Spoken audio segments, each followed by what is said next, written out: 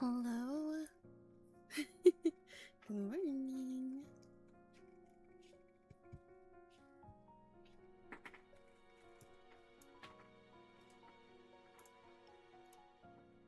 Hi, Tina. I hope you're winning your game.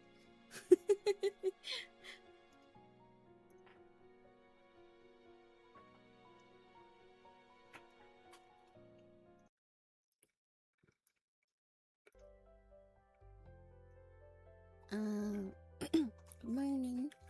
I'm starting early today just because I think I might end earlier too. But yeah, good morning, princess. Good morning.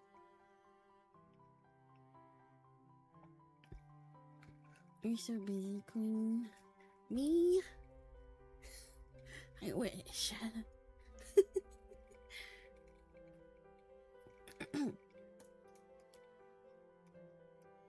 I wish I was busy with a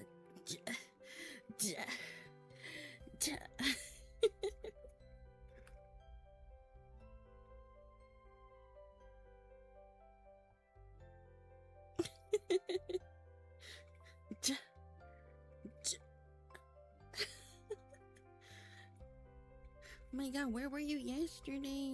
We found so many executes and I was like, Egg, that's you. That's so many of you.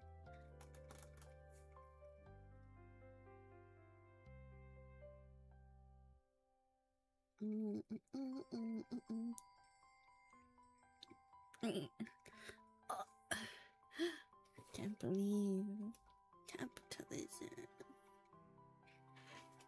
Hi, Rai. I'm so tired. Good night. Good night. You can fall asleep to Chinese Yuri. Beautiful woman. Oh my god, hi, Funky. You're working. Good night. Good night. Good night anyway.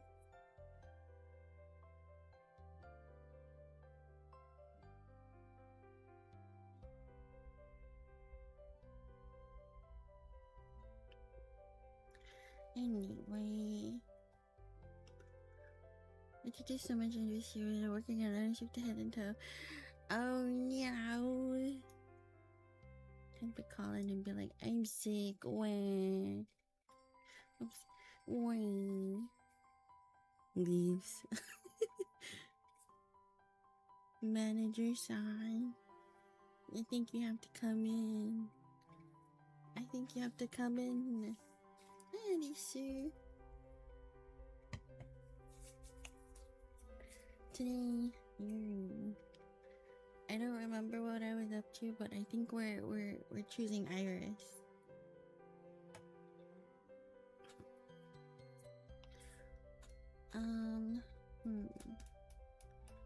Tomorrow, Spire.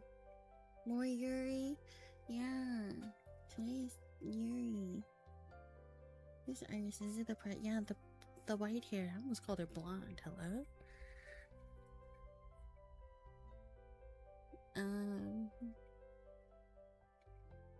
Yeah.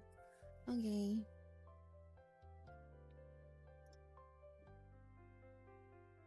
Someone say plant. No, her hair is white. Load. Alright? What is this one's the last? I think this one. Wait, we got in.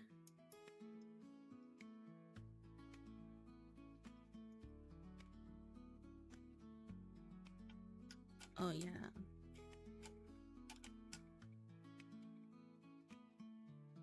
Oh, I got accepted. Okay.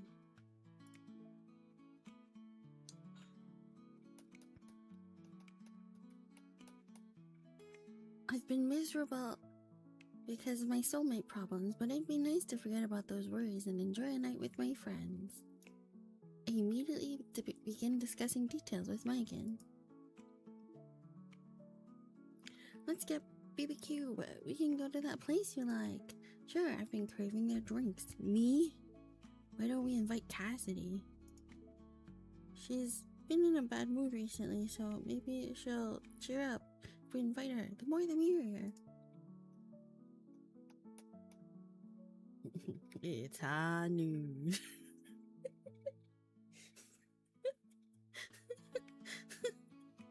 Anyway,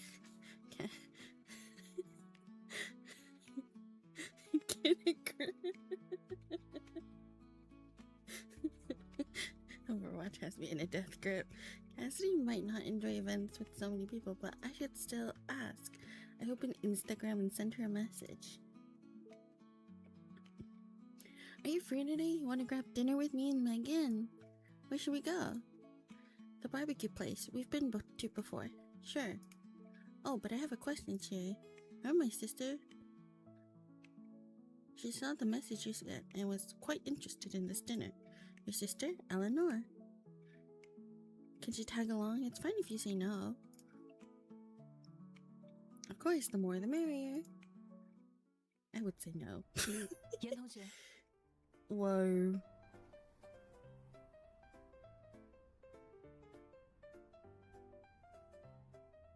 Different parts and a ponytail. Twins! Oh my god, Illuminati. Chie! Cassidy and Eleanor are standing together outside the barbecue shop. Good luck at work, Chie. Cassidy purses her lips, somewhat reserved. Perhaps she's nervous around this many people. Hey, how come the twin doesn't have the same voice? Hello? Why can't the twin also be voiced?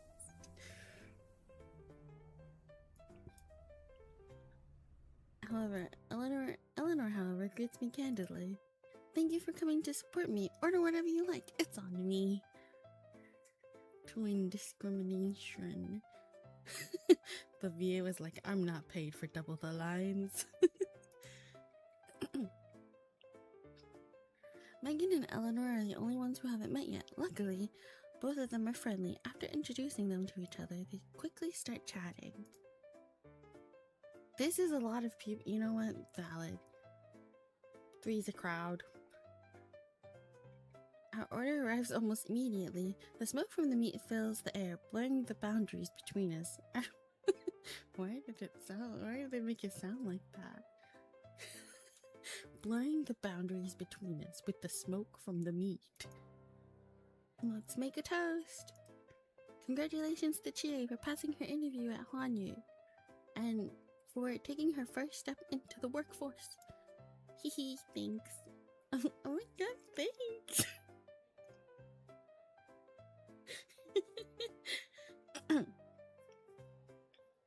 Everyone lifts their chopsticks, getting ready to dig in. Megan carefully inspects Eleanor and Cassidy's faces. You two look the exact same, but your vibes are completely different. Twins always look similar. Honestly, I didn't notice at first. 其实小时候经常有人把我们弄混呢。不过长大后，我和小刘的穿搭风格逐渐不同，看起来就没那么相似了吧。 Chie, you took your first step into the workforce? No one told me Hey, I wish. Hey, anybody looking to hire a remote worker? My name is Chie. Oh, lawn mowing.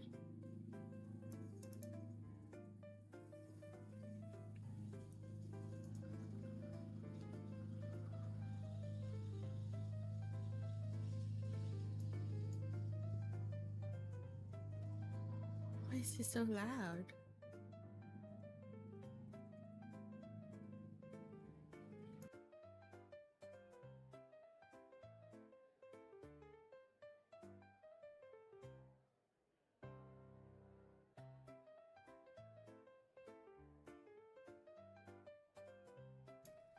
Could I hear that?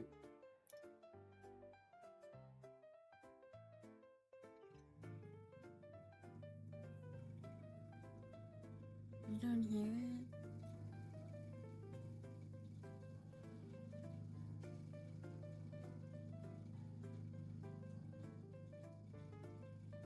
It's so loud.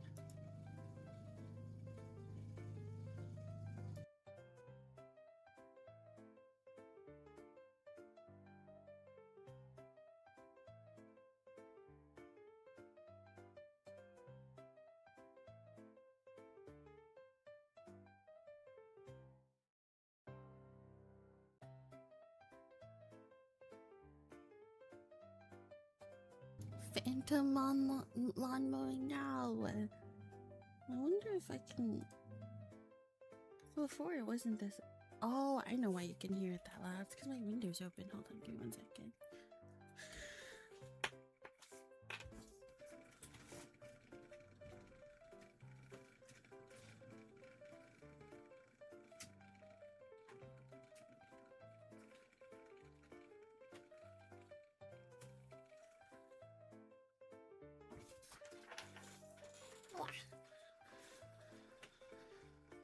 Okay, you should be able to hear it as much now. Me, why does it sound like it's right outside my window? It's right outside my window.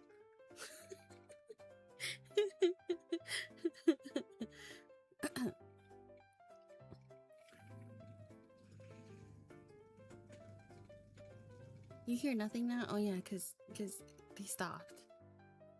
They're about to start again.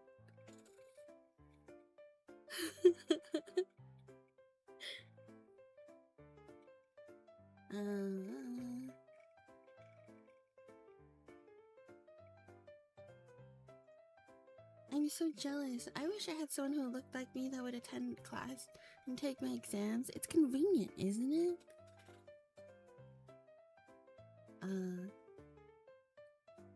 Oh yeah, you don't hear it as much anymore because close the window.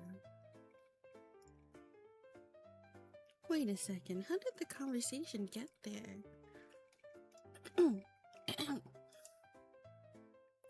I glance at Eleanor as if sensing my gaze. She smiles, amused, before changing the subject. 还好吧，双胞胎还是有很多地方不一样的。我们擅长的东西不同，爱好不同，平常关注的事物也不同。像我在学校的时候就很专心，小刘不一样，他还会经常关心同学的状态呢。What? Cassidy? Eleanor, that's enough. Oh my gosh, she's blushing, so cutie. Cassidy blushes as she dips her head forward. Dips her head, flipping the meat. Yet Eleanor ignores her protests, her grin growing wider. 对啊，在家的时候经常提起一个叫秀珠的同学，我还想是谁呢？詹岩同学的光，今天正好来见一见。Oh my god. Does Cassidy like Megan? I can't hear it. Oh. Awesome.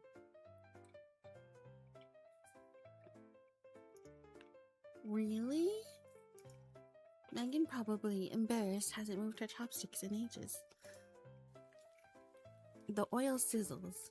Eleanor slowly turns her head and winks at me. Whispering. 哎呀，氛围真好呢。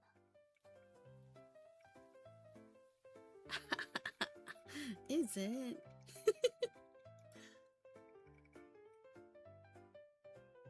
We laugh and continue talking. Before long, the table is full of meat and the vegetables turn empty. The table full of meat and vegetables turn empty. Okay, yeah. I'm full. This place is delicious. Of course I knew you'd love it. It's rare that so many of us are hanging out together, and it'd be a shame if we all went home now. Why don't we go karaoke? Cassidy's expression is complicated. She's never enjoyed such noisy scenes. Eleanor appears by my side, winking at me with that smile on her face. 今天就算了吧，我还有点事，想要和他单独聊聊。Oh, are you saying something we can't overhear?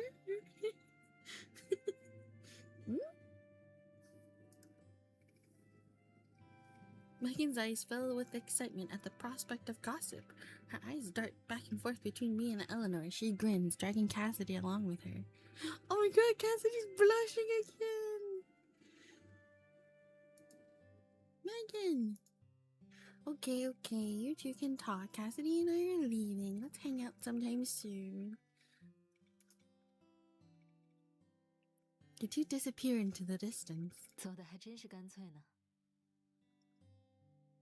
I turn toward Eleanor, our gazes suddenly locked. I can see the amusement in her eyes. Do you really have something you want to talk to me about? 想让妹妹和有好感的人多交流，算不算是一件重要的事呢？ Girl. So considerate. Good job. 只是不想打扰某些人的二人世界而已。 毕竟小刘难得有点开窍的迹象呢。不好意思，又见你的光了，严同学。I can't believe it. Eleanor seems like the type of person who only cares about her studies, but she actually worries about her sister's love life. She gestures towards me with a brilliant, graceful sparkle in her eyes. 只剩我们两个了，闲来无事，要不要一起逛逛？ Sure, I need to walk off that meal anyways. No, if you walk off that meal, you'll be hungry again. If you just go to sleep, you wake up and you're like, oh, it's already digested. You're like, oh, awesome, now I gotta get breakfast.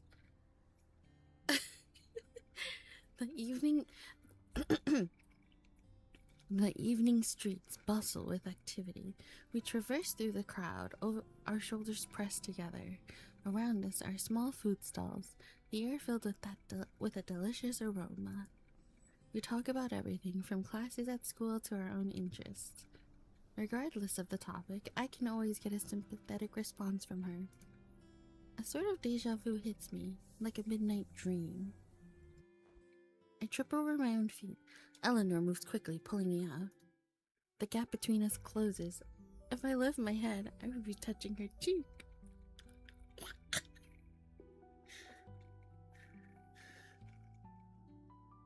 Hi, Faye. We're gaming Chinese Yuri.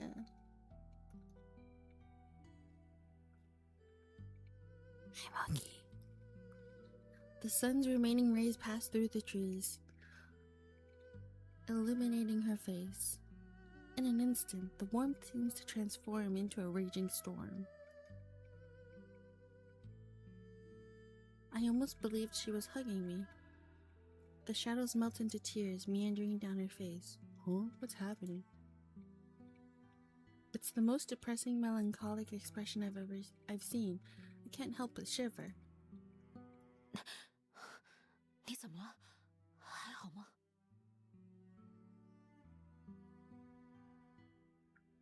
Her powerful fingers. That's such a strange way to Her powerful fingers are warm, instantly pulling me away from those strange illusions. 从刚刚开始就有些奇怪，是最近准备实习太累了吗？我送你回去吧。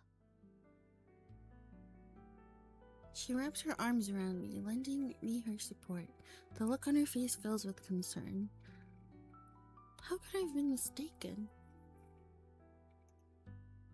Is it exhaustion or...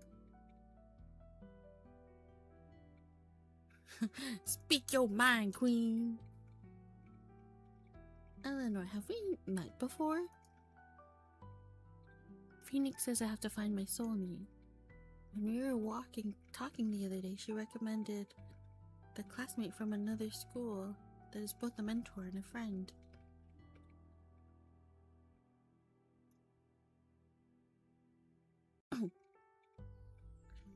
The mysterious feeling I had just now interweaves with those words from my memory, sending a ripple down through my heart. The leaves rustle in the brisk winds on the street. The chatter and the laughter of pedestrians ebb and flow, never ceasing. We, on the other hand, are staring quietly into each other's eyes, as if we are the only people in this world. 如果见过，我一定不会忘记你的。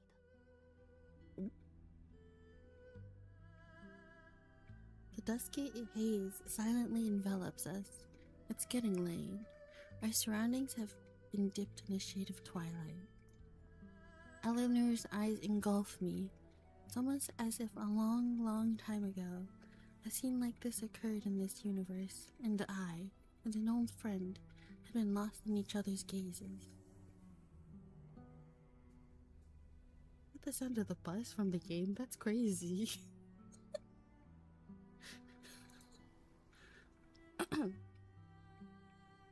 Why was she so calm when answering my question?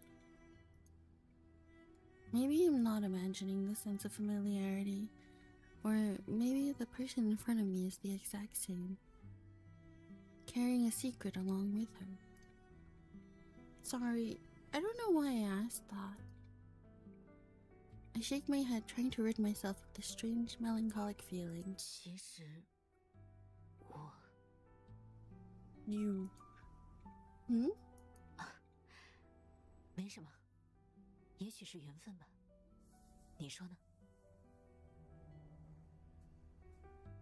Hahaha, maybe it is. I awkwardly chuckle. 天晚了，回去吧。 Thankfully, she doesn't bring up the subject again. Her fingertips brush against my hand, though I don't know whether or not it was intentional. I suddenly am overcome with the urge to hold her hand. This sensation of muscle memory leaves me somewhat terrified. Okay.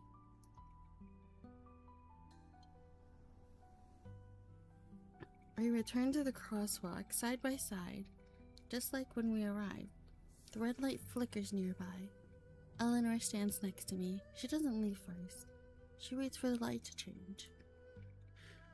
There are 10 more seconds. 路上小心，回去给我发个信息。 You too. Stay safe. The people next to me start moving. I follow them. I suddenly hear someone call my name. I instinctively turn around. Chie. What's wrong? We're only a few steps away from one another, but Eleanor's voice is drowned out by the crowd. I can only see her lips move. But I can't stop. I have to continue down the crosswalk, walking further and further away.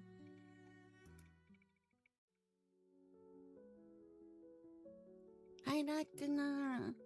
Where's the beautiful woman at? Yeah, right here. Hi, Tao. Hi, Gabby. Ever since that lunch, I've been repeatedly having this sense of deja vu. It lingers in my mind like an unending fog.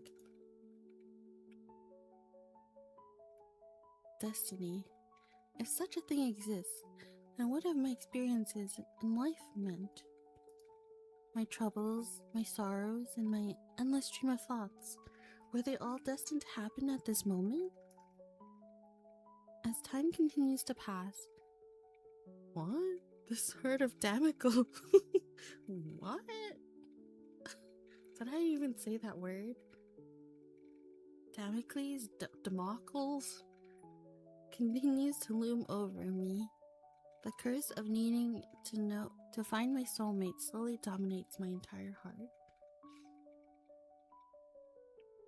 Damocles. Damocles. Closes my eyes. You do not see. Mod, yes. Gordon. I feel like I'm living in a completely separate world. I don't want to even face Phoenix and Belle at home. I only want to escape from all of this, retreat into a corner where no one will notice me, so that I can have a moment of respite.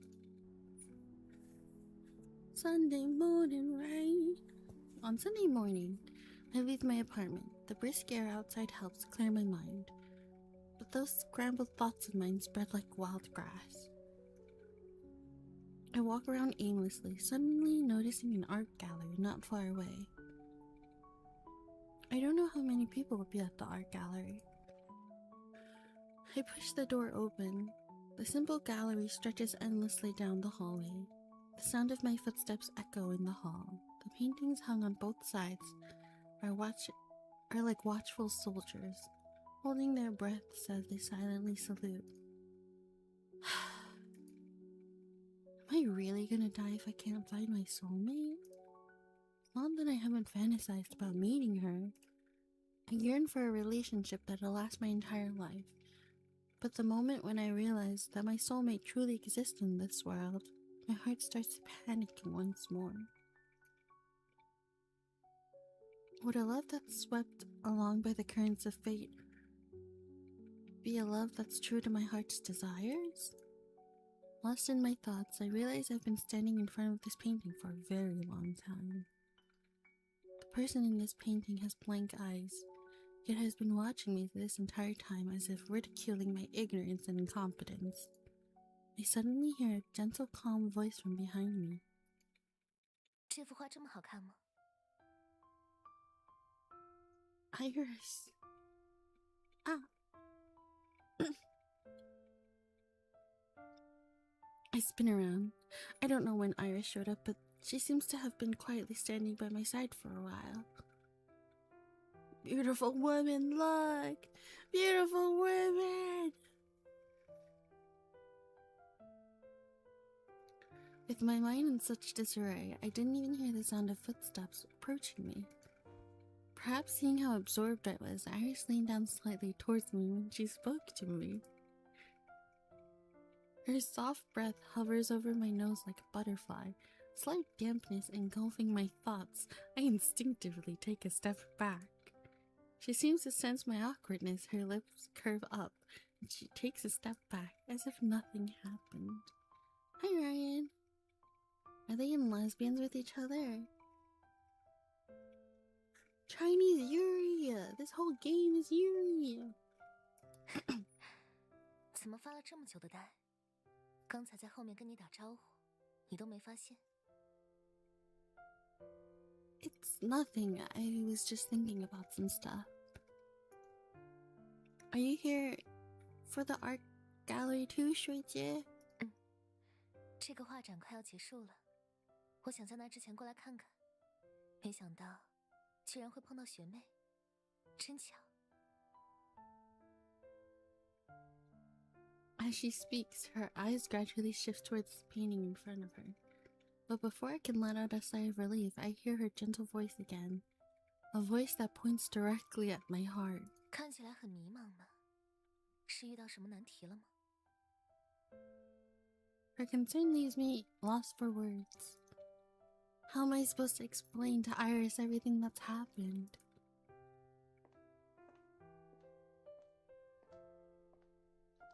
Noticing my silence, Iris doesn't pursue the matter any further. She quietly... What happened to my accent? Why did I say that in an accent? She quietly paces around the silent gallery, only leaving behind the clacks of her heels.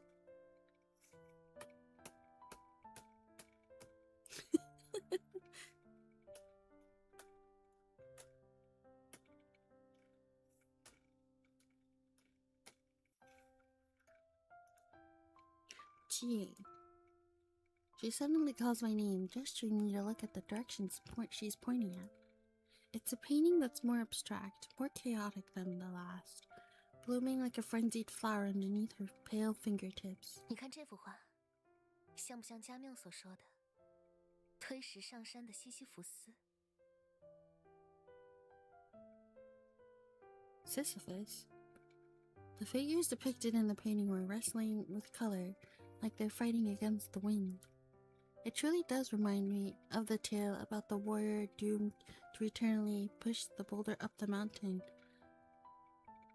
starting all anew once it rolls down to the bottom. It does. People who keep failing keep trying again, putting in all that effort, all that work to no avail. 明知道石头会滚下来，却依然一次次推上去的人。 Her smile leaves me at a loss. I've never understood the meaning behind this in stories. 也许意义不在山顶，重要的是当下的选择与行动。推石头没有意义，难道其他事就有意义了吗？我们的出生都不是自己所能决定的，也从来没有人 给过一个关于活着的具体答案，意义是什么？没有人能说清楚。意义是自己去创造的，你的选择就是你的人生。My heart skips a beat. My choices? Regardless of what I choose this year, will I have my own story? My own ending? She chuckles as I fall silent. She approaches me, tucking a stray strand of hair behind my ear. Ah! 有时感到迷茫，其实是因为你太努力，太认真了，一时半会儿找不到答案，也没关系。 The person who is usually quite lively at the student council is now whispering comforting words into my ears, leaving me dazed.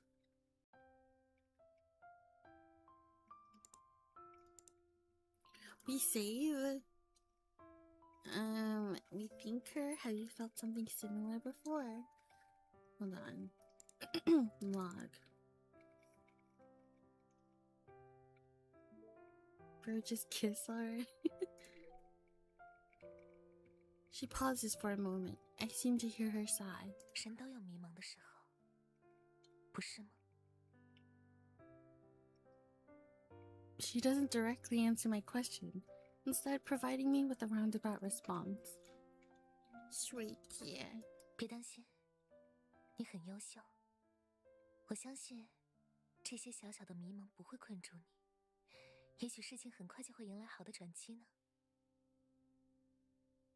如果你愿意，感到迷茫的时候，随时可以来找我。当然，也不只是遇到问题的时候。平时没事的话，也欢迎来找我。 She's the same iris as usual, considerate and sweet. But the fact that we're standing in this empty, quiet gallery makes it seem like we're completely isolated from the entire world. It warms my heart. This is the first time someone has touched my heart recently. I can't help but sniffle. Uh-oh. Okay, thank you, sweetie. Most of the gloominess that I've built up over the past few days dissipates. I look at Iris beaming. Got a vase.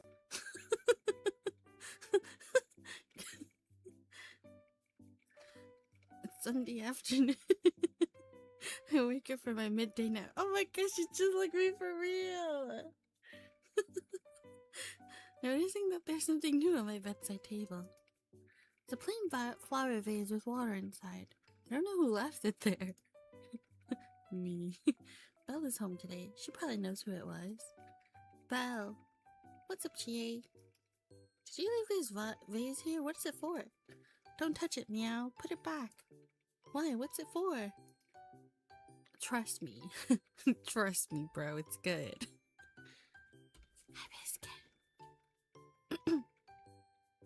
You'll thank me in the future.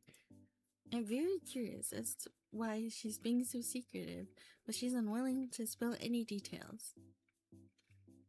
She actually a cat girl? Yeah. She's actually a cat god. Forget it. I'll ask Phoenix when she comes home. I suddenly hear the door unlocking. Phoenix has returned at the perfect time. Phoenix, you're back. Quick, come over here. She walks into my bedroom, confused. Do you know what this is? Belle put this here. She lowers her eyes, frowning. I forgot she talks like this.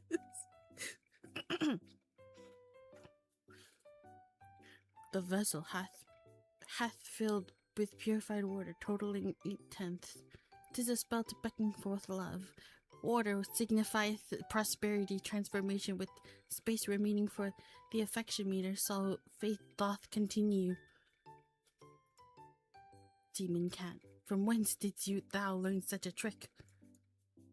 Well, it's not like it's a bad thing. This shall affect her red Luan star. Summoning fate is by nature a disturbance. It is by no means to be relied upon. Don't make it sound so negative. Plus, we have you protecting her. What trouble could there possibly be? No wonder people around her have been acting strangely. It's because of this. Pelly's also worried about me, so she uses love attraction spell to help with my curse. My heart warms with gratitude. However, just as Phoenix says, even small tricks like this ones have cons. Someone knocks on the door, interrupting my thoughts. Uh-oh. It's Nixie. An unexpected voice. I rush to open the door and I'm greeted by a beaming face. Nix grins proudly, holding a box of cupcake in her arms. The air is filled with an overwhelmingly sweet aroma.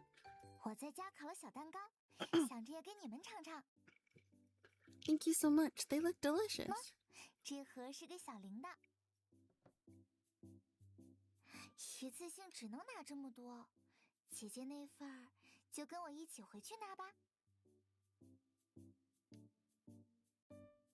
I nod. Nick's dragging me across the hallway into her fragrant room. Whoa.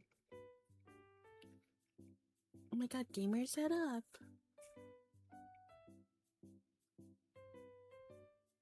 Got cupcake. There's a row of stunning cupcakes on the table. Nick's even piped flowers. The cream and the pearl sugar arranged layer by layer. It's surreal. That's a giant plush. Yeah.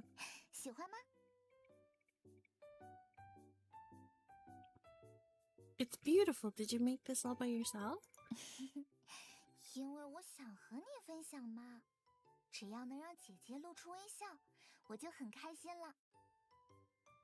She brings over 2 cups of black tea, then pulls me over to sit on the couch. She puts on a movie. The opening sequence is addicting. I'm just about to eat a bite of my cupcake when all of a sudden, I feel a coolness on my lips. Nixie? I lean back a little, wanting to take the spoon from her hand, but Nix doesn't let go. Instead, she pouts and bats her eyes at me.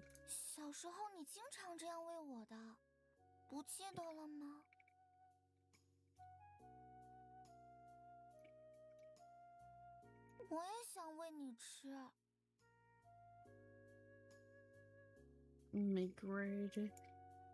Her eyes are so convincing. My refusing palm lingers mid-air as if already forgetting its goal. A bite of cake is no big deal, right? Wait, has she used that spoon already? I can't remember. She doesn't know what my hesitation means. She stubbornly lifts the spoon to my lips again, looking at me expectantly. What am I thinking? Nixie just wants to share the cake she's worked so hard on. I give in, accepting her offer. The sweet and fluffy cake leaves a burst of flavor on my tongue, trickling down my throat, disrupting my breathing. Nix is still in front of me, her delicate face shining brighter than I remember, more aggressive than usual. Nix stares at me. Her gaze overly attentive. Attentative.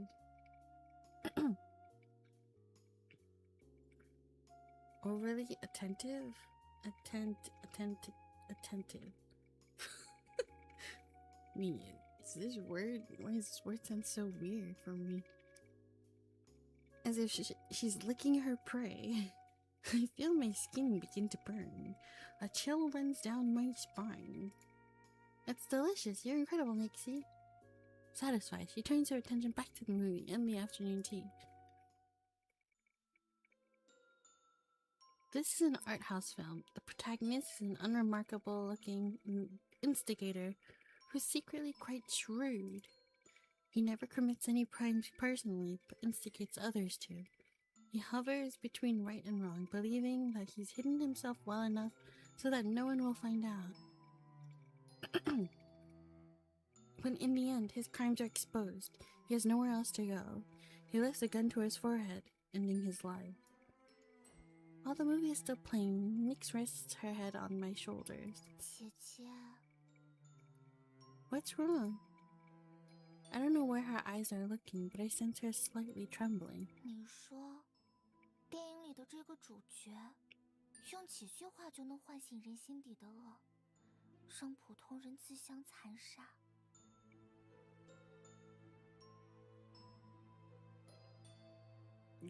Girl, I think she's bad news.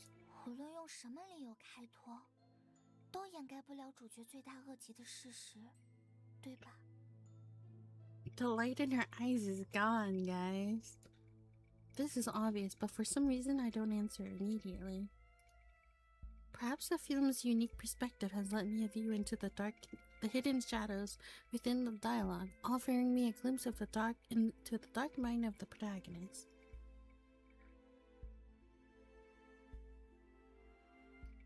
So I hesitate.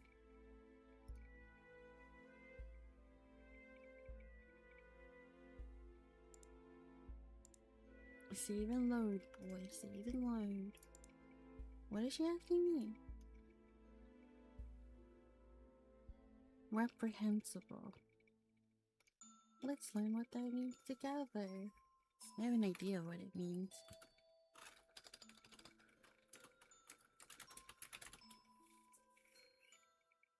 Oh yeah.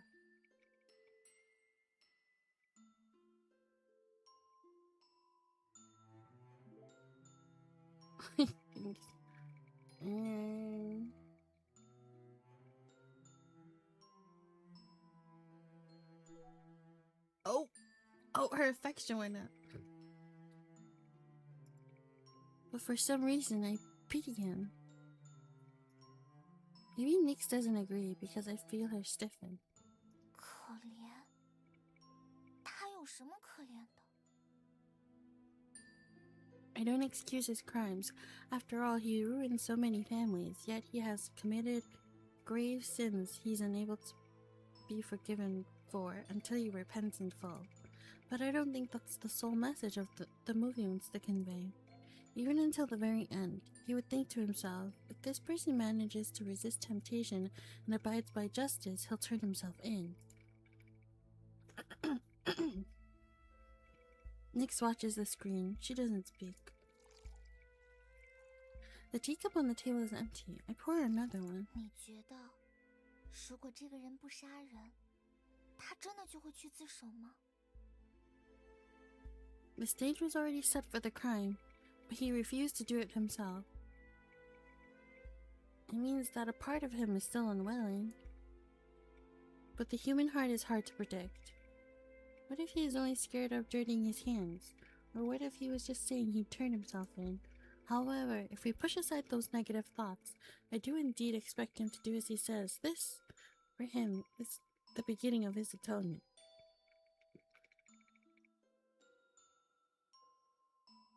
When I manipulate people into committing crimes.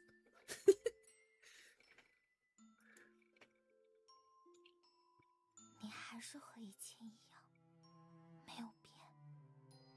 You have a trick. She's scary. She mutters to herself. Her volume is low, so I don't hear her clearly. What did you say? 没什么，不愧是姐姐。你还是和以前一样善良，真好。I think this lady's yawned today. She sits up looking at the table. Most of the cupcakes are still untouched. 居然剩下了这么多，我一个人是吃不完了。姐姐全都带回家吧，你的朋友们应该也会喜欢的。She stretches out her arms before hurriedly packing cupcakes up. She seems to be in a good mood. Why did Nixie suddenly ask me a question like that? Guys, what if she put some shit in the cupcakes? Guys, I don't feel so good. I don't feel so good.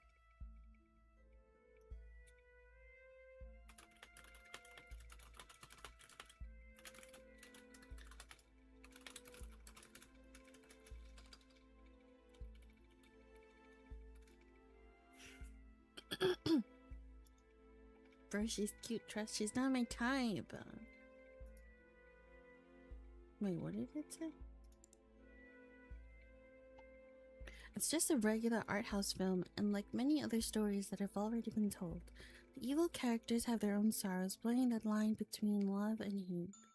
Why did Nix ask me that question in such a serious tone after we finished the movie? What kind of answer was she expecting? What has she gone through the years we've been apart? While these thoughts are brewing in my mind, Nix has already finished packing the cupcakes. She hands me the box. 好啦，可以把这些带回去了。还是说，姐姐想要留在这里，和我共进晚餐呢？ Thanks for the invite, Nixie, but I'm full after eating the cupcakes. She's too talented at baking. I eat so many cupcakes without realizing it. I no longer have room in my stomach for dinner. I'm still in deep thought when Nix gently pokes my tummy. I stiffen. She naturally withdraws her hand, grinning at me as if nothing had happened. 好吧，那就不留你了，改天再一起玩哦。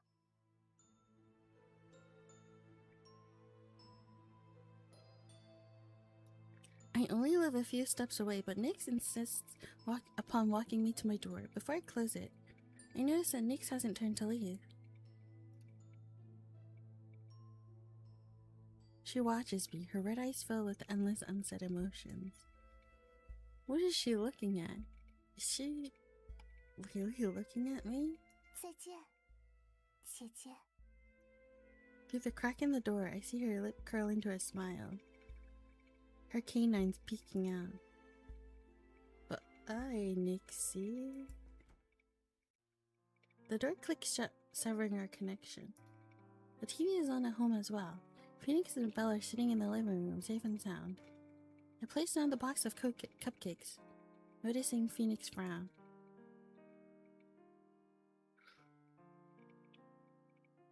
Chie, 'tis beneficial for thee to reflect upon the past, but knowing someone doth not necessitate thou shalt know their heart. What one revealeth to thee is perhaps only one of her countless faces. Thou hast met a long ago, but hast also been distant for long. Time, experience, and memory all change. Thou canst not expect anyone to... I can't. Canst not expect anyone to be the same as thou when thou first met her. While thou dwellest in this mortal world, thou must always remain vigilant. Phoenix rarely criticizes someone so harshly. I don't think she's interacted with Nyx before, so why is she suddenly saying this? Is it just because Nyx started to work early and she's not in a typical industry? Is she reminding me to be careful about who I befriend? I want to ask her more questions, but Belle interrupts me. You're using your logic to theorize about others again, meow. It's fine that you hate me, but now you're hating on the neighbor girl too. Nonsense. Humans and demons are by nature destined for divergent paths. Chie hath kindly adopted thee, yet thou returnest her sincerity with trouble. What do you mean trouble? Haven't I been very useful? So many people have expressed interest in our Chie recently.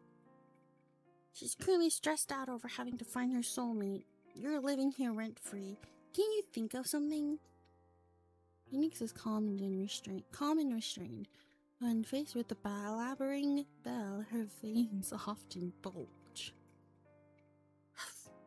Hi, Frosty. How are you?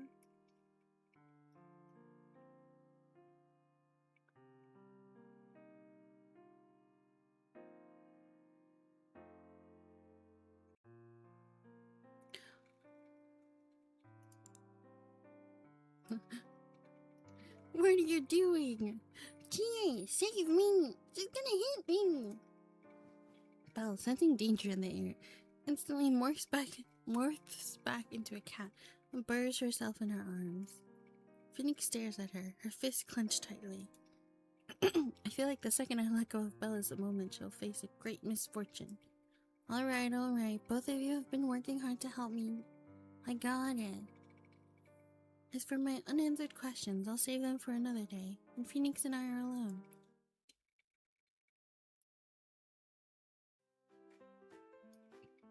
Hi, Frosty, how are you? I stand outside Huan Yu's office building,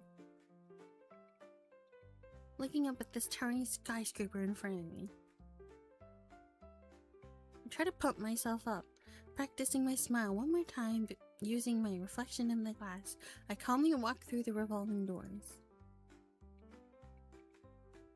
I'm early. Once I'm done with the onboarding process, I find my seat.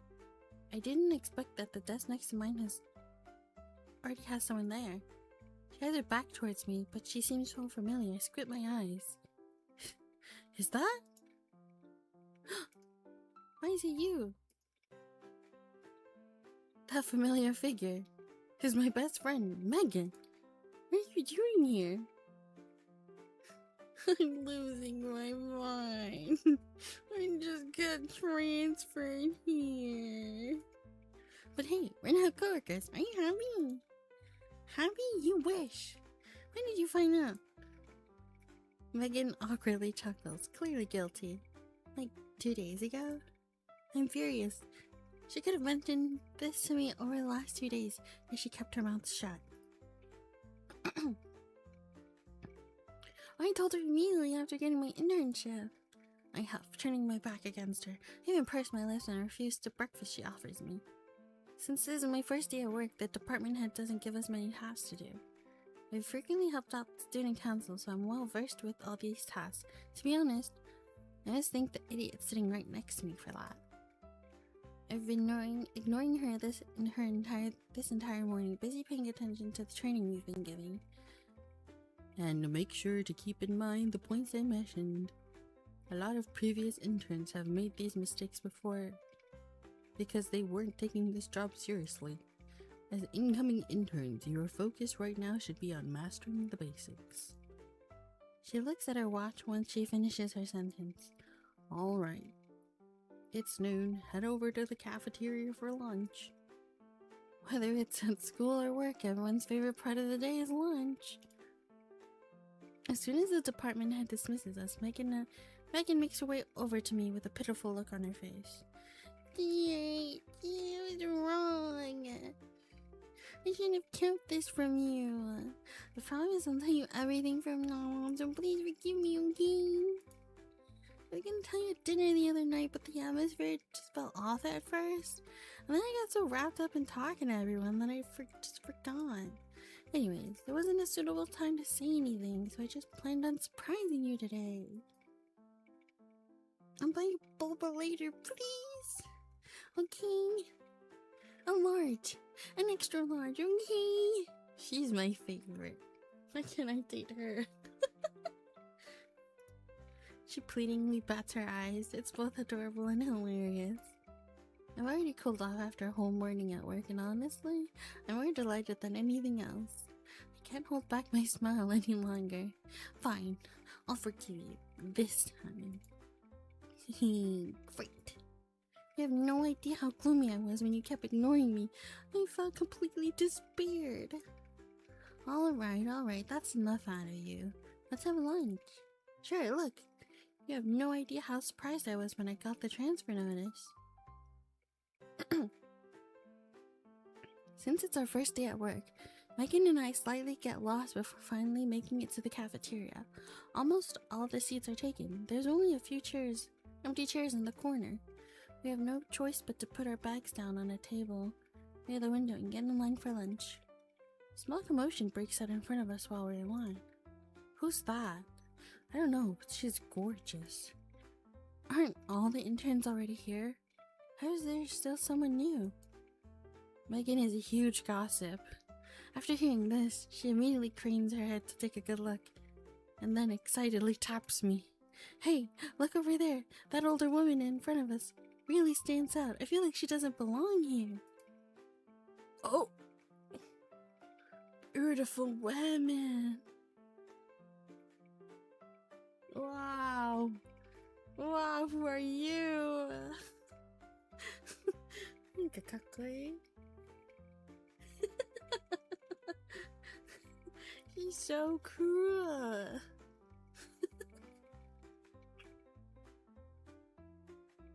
I followed Megan's finger and noticed a woman who indeed catches my eye. She's tall and dressed in a suit, clearly on a different level than all of us. She gives off rich kid experiencing the ordinary life vibes. Rich people really are different from commoners like us. You can't fake that attitude. Not in agreement. Even her silhouette stands out from everyone else. Do you think she's the daughter of some higher up? Stop randomly making guesses. We should just focus on doing our jobs well. We return to our seats after getting lunch. The woman we'd just been staring at is now sitting at the table in front of us. She's flipping through her phone, absent-mindedly picking at her food with her chopsticks. Doesn't seem like she's very hungry. Megan and I aren't the only ones secretly observing her, but she doesn't seem to mind. In fact, she's not paying attention to any of us.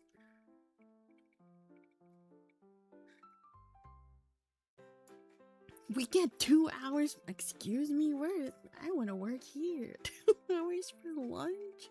After we finish our meal, we walk around downstairs until Megan is summoned by her boss. I take a stroll by myself before leisurely making my way back. From a distance, I spot a pile of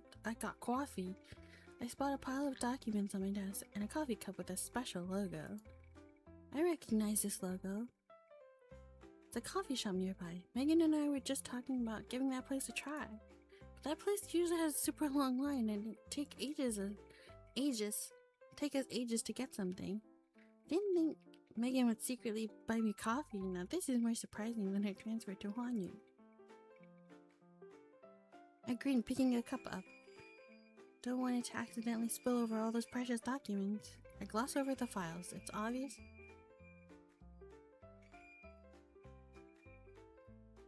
It's obviously a level above the task we've been assigned to handle this morning. However, work needs to get done. I split the documents into separate categories, putting user research and data on top and demand underneath. I need to process the research results first before I can handle the rest. It's a challenge, but also the first official task I've received here at Huanyu. I grit my teeth and get it done. After a lot of hard work and effort, I finally finished part of the task. I absent-mindedly reached for the coffee, only to find the cup empty. Is this the life of a corporate Jaron? I see a billion empty coffee cups and late nights in my future. 2 people suddenly enter the room as I mope about. It's Executive Chie, the woman at my interview the other day, and the other woman is the older woman Megan and I saw in the cafeteria? 你确定在这里吗？别打扰大家工作了。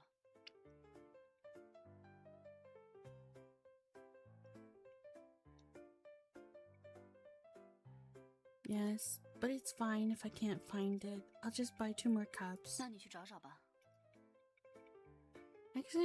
After Executive Chie finishes speaking, the older woman glances left and right as if she's been searching for something. What are they searching for? Just then her eyes flicker over to me. I meet her glance, clueless, uncertain. Before I know it, I find her standing in front of me, a forced smile on her face as she stares at the cup of coffee in my hand before looking up at me. her eyes accusing. My heart stops as I quickly retrieve my hand. Don't tell me. This cup of coffee actually belongs to her? Now that I think about it, it makes a lot of sense. A lot more sense. Megan and I weren't apart for that long. How could she possibly have the time to buy me coffee? The woman remained silent, staring down at me, awaiting my next move. I nervously stand up, fighting the urge to shrink back against her scrutinizing gaze and awkwardly say, I'm sorry, is this coffee yours? I thought my friend bought it for me. I apologize for the trouble I've caused. Why don't I buy you another cup? Executive Chie has walked over and gives her an exasperated glance. 我说，齐硕齐董事长，这么久了，你丢三落四的毛病怎么还没有治好？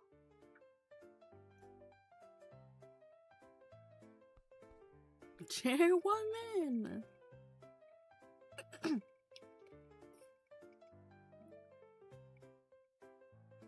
Perhaps my reaction was too exaggerated.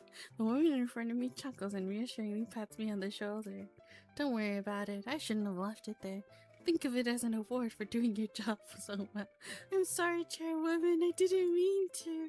My heart is filled with nothing but regret. I should have double-checked with Megan. Now I finished the Chairwoman's coffee on my first day at work. Who would have possibly believed that story? 没关系，不会怪你的，不要紧张。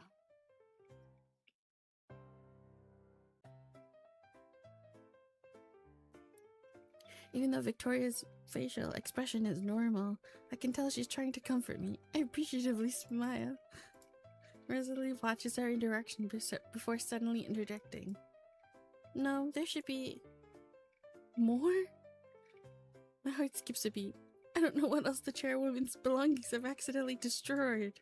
I brought over some documents from the head office. I put it underneath the latte. Have you seen it? Are those the files? I gingerly point towards the spreadsheets I just finished on my computer screen. Rosalie's lighthearted gaze suddenly freezes. She walks around me and stares at the results I've compiled, squinting. Her serious expression sends goosebumps down my spine. Oh yes, it's this. Did you finish already? Sorry, I thought our department was responsible for it. I can't tell what she's thinking at all, so I awkwardly chime in. This indeed was meant for your department, but something unexpected has happened. Why don't you come with me for a second? Uh-oh.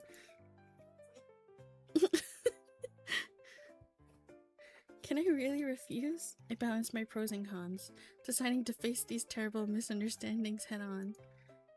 Okay. She starts walking before I can even answer. Victoria stands in the same spot, but follows the chairwoman after I agree. I trail behind them like a lost puppy. I only sensed the sweat dripping down my forehead once we reached the door to Victoria's office. Her breath hitches, even though Rosalie is smiling and reassuring me that everything is fine. Her sharp eyes make me want to hide underneath the desk. Victoria gently shuts the door to the office. Then the soft click like an anvil has dropped. The soft click sounds like an anvil that has dropped right on my head. She silently stands next to Rosalie, their eyes chaining me to the floor. This joint hearing makes me feel like I'm about to hand in my resignation. To be honest, I'm quite surprised. I didn't think you would sort through all of those files. Are you one of our new interns? It's not about the coffee. I feel like a weight has been lifted off my chest. Yes? She smiles, her fingers tapping the desk in front of her. Hi, Kaya. Would you be open to relocating to another department for your internship? 点到为止就行了，别真吓着他。 Victoria's tone is harsh, but Rosalie doesn't seem to care. She stares straight at me, waiting for a response. Oh my god, women! Yeah!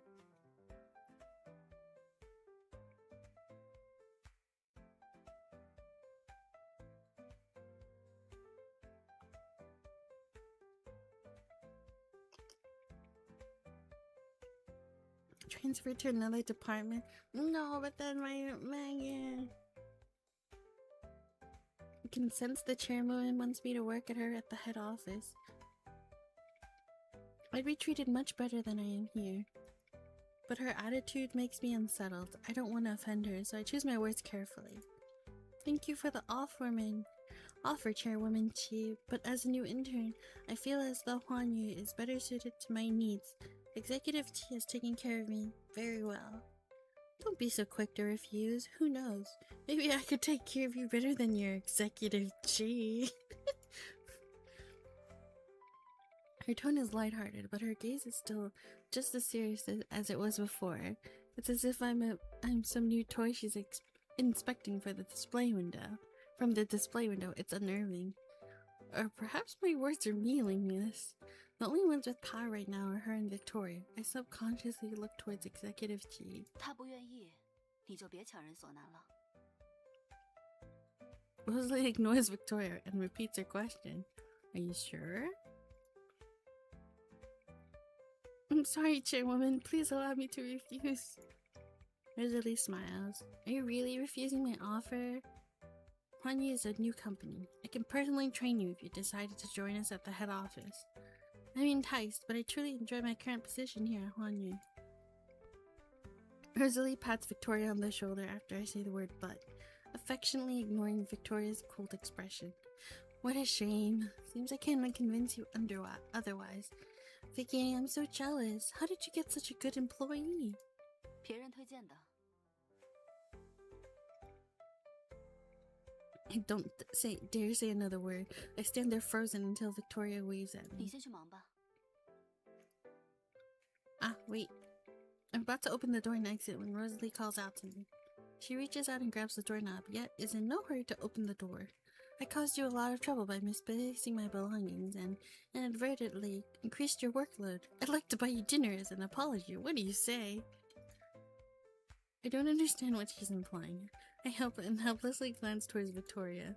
My heartbeat calms down when Victoria nods. She's been protecting me this entire time, so I trust her judgment. Thank you, Chairwoman Chie and Executive Chie. I text Megan since my dinner plans have now changed. Can't grab dinner with you tonight. Get home safe. Huh? You said we get coffee together. I just finished running an errand. Apparently the coffee shop has less people around this time. Any mention of coffee sends tears streaming down my cheeks. My entire afternoon has been a burning disaster, all because of one singular cup of coffee. Megan has intentionally reopened the wound. I grit my teeth and type out, maybe next time, before putting my phone away.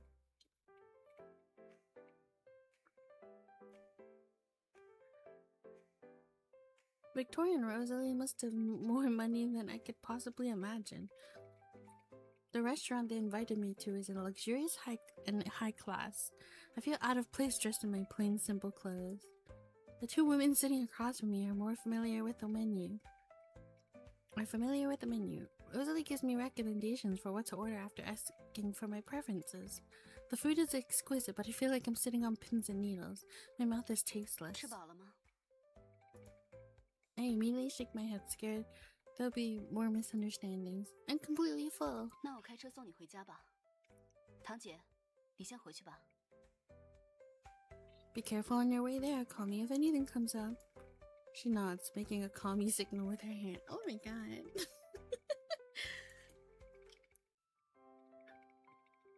This entire day feels like I've survived a hurricane. 这么紧张？ How could I not be nervous? I didn't expect your cousin to be the chairwoman. I feel like I've stumbled upon some classified secret. I'm not supposed to know. 没什么机密，普通的亲戚关系而已。我拦着不让你去总公司，你会怪我吗？ She casually asks, but I can tell she's searching for a serious answer. Empathize with her? Why would I empathize with her? What do you mean by empathize with her? Are you upset that I've denied you a transfer opportunity? Empathize with her.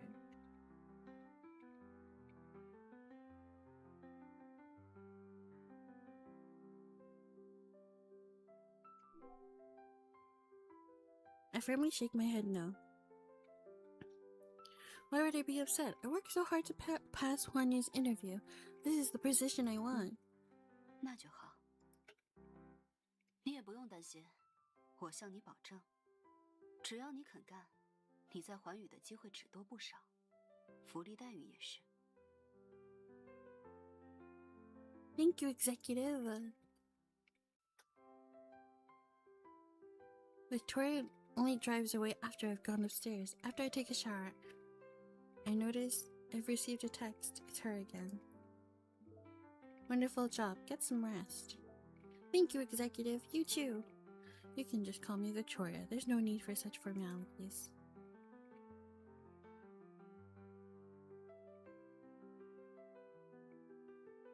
And I got Victoria?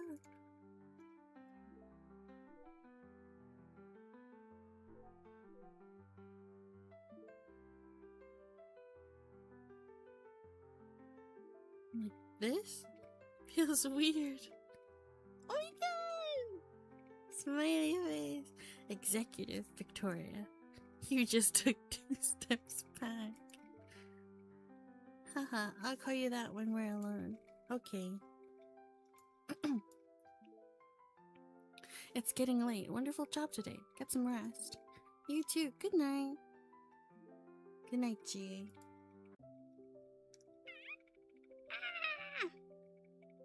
Save.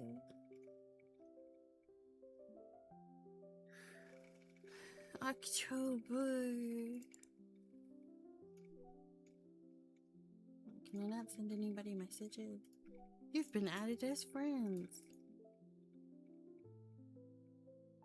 Mom with the lotus. Section 20, 12, 15. I'm outside.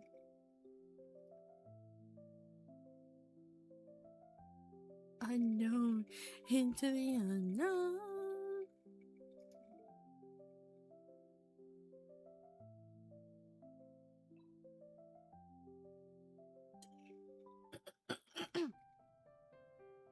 Young lady, could you help me with my radio? It stopped working again.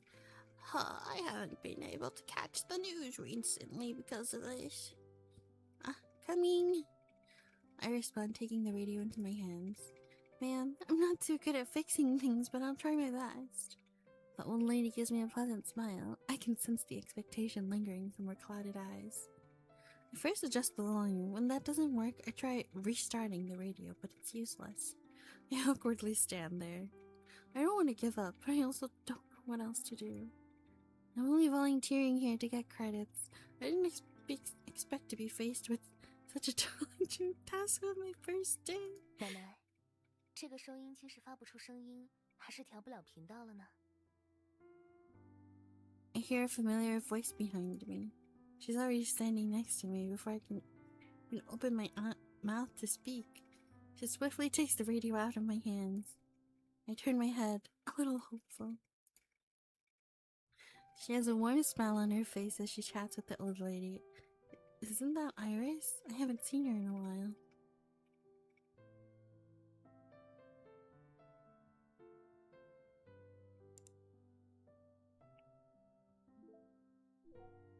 Is something wrong with this radio?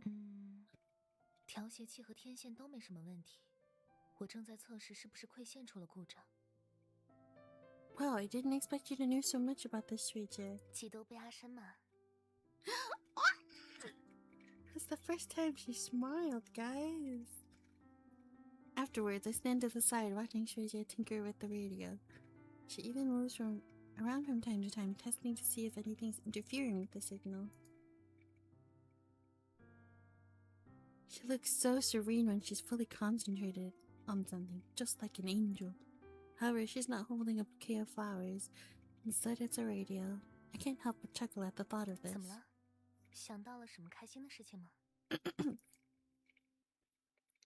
No, it just feels like there's nothing you can't do, Chie. 没有你说的那么夸张了。我以前就喜欢淘这些有些年头的东西，不过淘来的经常是坏的。想着与其花钱修理，还不如自己试试。一来二去，就学了一点儿。You're incredible and extremely modest. Iris smiles. She doesn't respond. Instead, she returns the radio to the old lady. I can hear the boring news clearly from the speakers now. 奶奶，是亏线的问题。您看这儿，平时如果手上有水的话，不要碰它，一是怕电到您，二是它容易接触不良。She's so attentive. Oh, I see. What nice girls the two of you 奶 are. 奶，您要好好注意身体，我们下次还来看您。 Bye, ma'am. Take care. We leave the nursing home together after saying goodbye to the grandma. 对了，还没问你呢，今天怎么会在这儿？ My advisor said this could satisfy some of my credit requirements. 这样啊，看来这次不是缘分了，是学分让我们相遇啊。 Haha, you're right. Say, I didn't know you had such a nurturing side, sweet Chie. 大概是我有弟弟妹妹的原因，不知不觉就习惯照顾身边的人了。 She looks down, a hint of loneliness in her eyes. It disappears as quickly as it came. The volume feels off.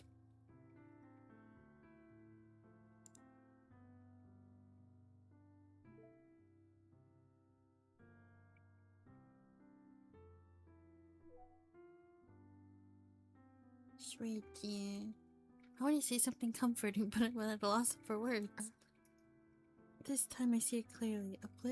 A brief flicker of vulnerability, as delicate as the flutter of a butterfly's wings.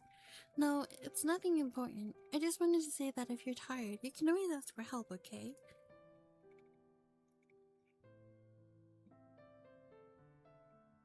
Iris laughs in spite of herself. She looks down, contemplating my words. 依赖别人也不会很简单吧？ Iris hesitates.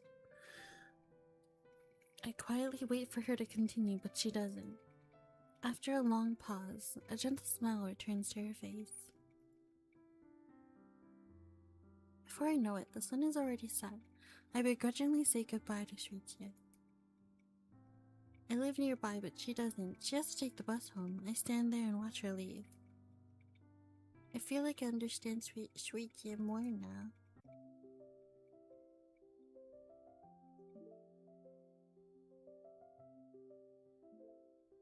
Yes, I love the hazelnut flavor.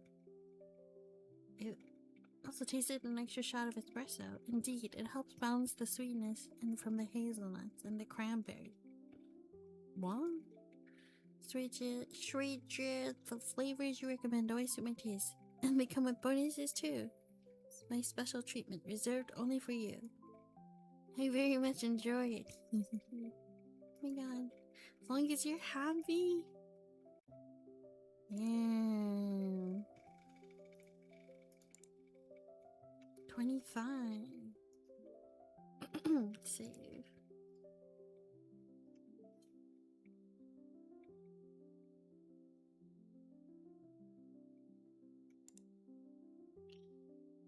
This is so cute. I still think about this. It's so cutie.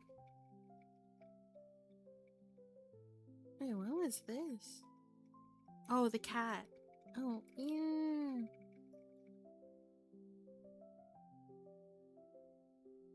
Oh. Her eyes are light and then she's dead in the eyes.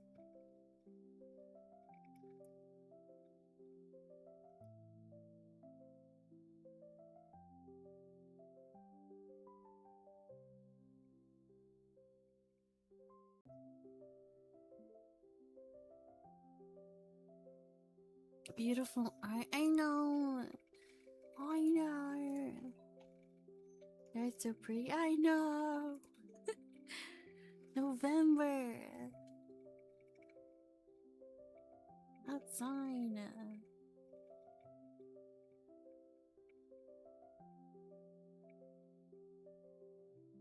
Can we click? Oh you can only click the people, huh?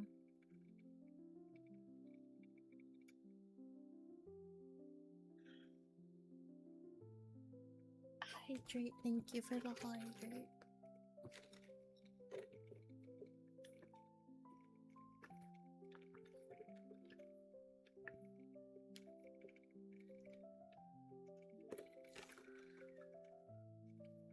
Do you want to choose Iris as your date? Yeah.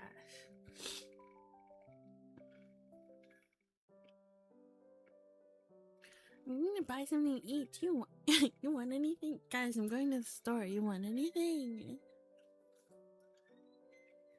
No thanks. Hurry up and go before it gets too busy. Got it. Bye. She bolts towards the supermarket on campus while I bring my empty water bottle over to the boiler room. I see a familiar figure.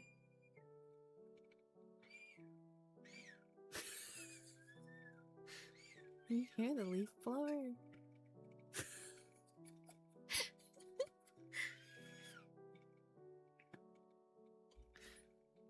I see a familiar figure over in the distance. It's Chie. She's walking in a hurry. Probably something urgent she has to attend to. I'm all over whether or not to say hi. Chie. Before I can speak, Iris stumbles and trips. I rush forward, supporting her staggering figure. Chie, what's wrong? Are you okay? 是你啊，谢谢。可以扶我去医务室吗？ Of course, I'll take you there now. I help Iris to the health center. Her steps are wobbly. This is the first time I've seen my omnipotent Stragia show any sign of weakness. Nothing serious. Just overexertion and mild hypoglycemia. I'll give you a glucose drip to fix that. When she hypoglycemia.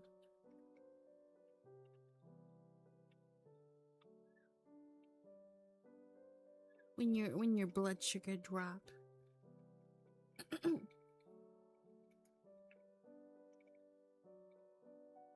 Okay, thank you. Yeah, you can get a school. You can wait. You can get a glucose drip at school. That's crazy. The most I've ever heard was you get an ice pack, bro. And that's crazy.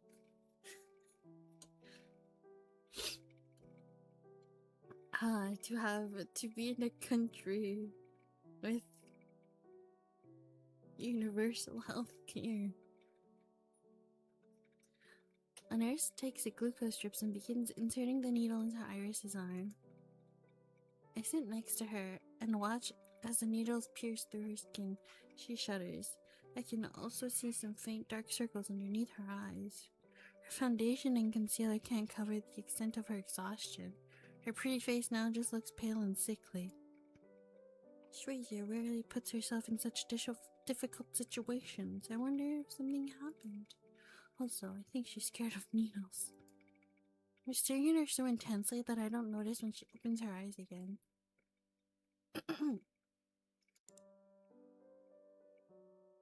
What do I say to her? Do I look away?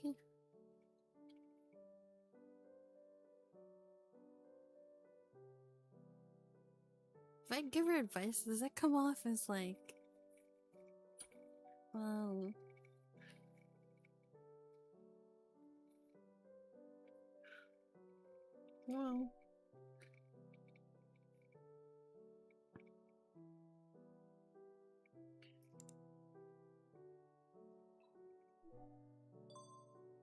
what happens if I look away? Oh. I quickly avert my eyes and look at the IV bag above her head. I let out an uncomfortable cough. The doctor said you have low blood sugar and it's nothing serious, but you need to take care of yourself. You have to eat. Don't be lazy and skip breakfast because you're busy with work. Wait, isn't it the same? You're also giving her advice. By the way, are you hungry? I still have my leftover oatmeal in my backpack. Do you want it?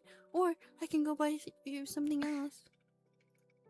She lowers her head and chuckles, some color returning to her lips. What happened? 我看学妹也挺忙的。 She's teasing me again. My cheeks start burning. I once heard that people pretend to be busy when they're embarrassed. Right now I find myself doing exactly that. She doesn't say anything. I also don't know what to say. We sit in this awkward silence for a long time before I restart the conversation. Has work been keeping you busy recently?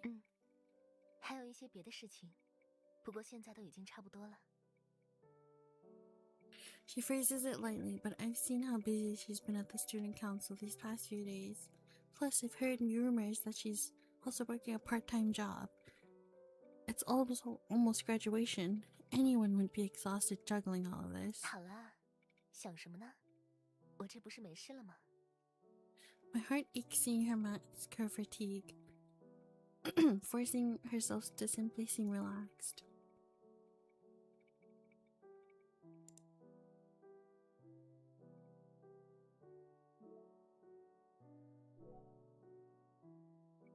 Student council has been busy recently. Is there some sort of event coming up? Megan seems like she's had her hands full these past few days.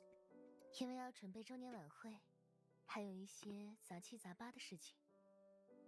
Do you need more people to help 是 out? 有点，因为大家都有各自的事情要忙，而且这也是非强制性的活动，所以也不能强迫人家。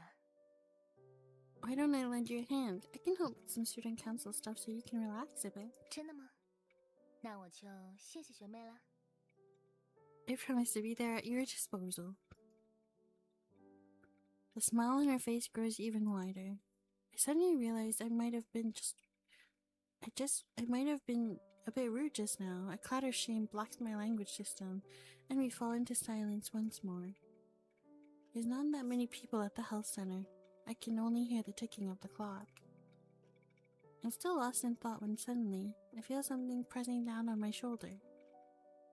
Iris places her head on my shoulder. She's not heavy, but my breath hitches. I'm too scared to even exhale. Oh my god. She's so... Guys, she's so close. She's so close. A while passes before she speaks in a low voice. 谢谢。 I don't say anything. I slightly shift my head so my cheek is resting on her hair. We are locked in this moment. Each drip of the ivy ticks away time like a quiet clock above our heads. Drip.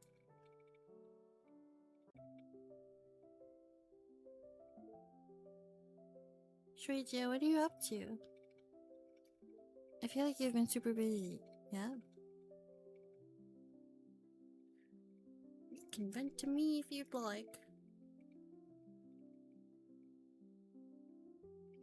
It's okay, thanks. I'm going back to work if there's anything else. Okay, take care of yourself, Shreet, and don't faint from low blood sugar. Yes, you too. Guys, I think I flopped that one. Is it flop? Wait. She didn't send me a heart. Go back. Offer to help. 因为是有，真的吗？ Trip. 谢谢。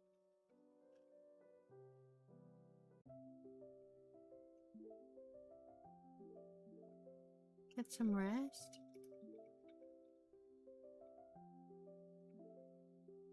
I'm already used to it, it's fine. Going back to work if there's nothing. What the heck? It's the same.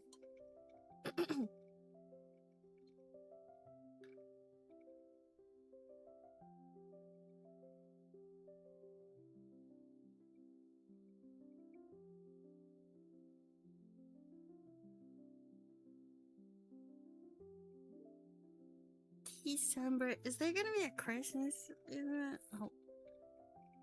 Save. Wow.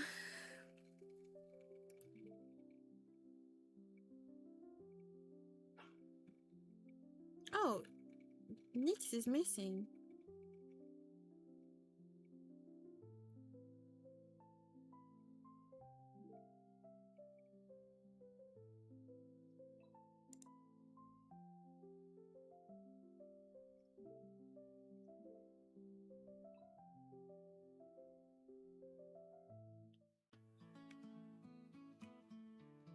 Megan keeps complaining about the extreme amount of work she needs to get done for the student council. Her daily complaints has filled me in on the fact that they desperately need more people to help out. Iris had looked so pale a couple of days ago at the health center. I ultimately end up offering to help out and lessen their workload. Iris had deliberated for a while before agreeing. She expressed her thanks. Knock knock. I knock on the door. Sorry I'm late, Shrija. I push the door open and unexpectedly find that Iris is the only one person inside the office. She's currently typing something on her laptop. She turns around once she hears the sound of my voice and smiles. She pats the seat next to her. 麻烦你了，快来这里坐吧，我暂时不会走，有什么不懂的可以直接问我。Okay, thanks, Rachel. 该说谢谢的应该是我吧。 Wait, Chie, I don't want to go to work. Wait, who has the 3 days off? I thought... Don't go to work. No. Come about work.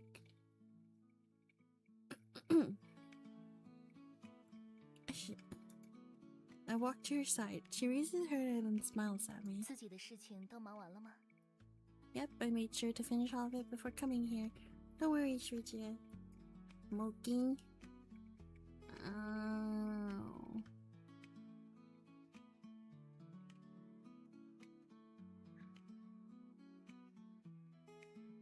I thought you said you also. Oh, and then you said you come in. Or who said they would come in tomorrow? Who said they were all? Oh yeah, it has to.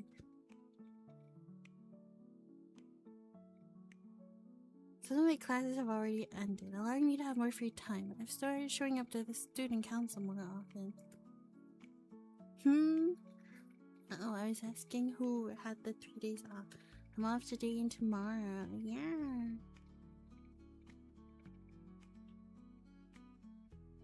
Just think about your off, Kite. You get more money to spend it off, Kite. And it counts as overtime, right? Smiles. Shuji, does she count as someone I'm close to? I sneak a peek at Iris. Oh my god, we're always sneaking peeks. What if I just...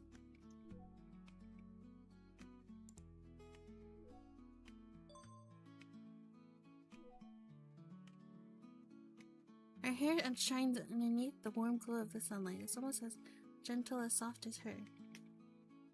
It's the money to recover from Mahjong, so oh yeah. That's true.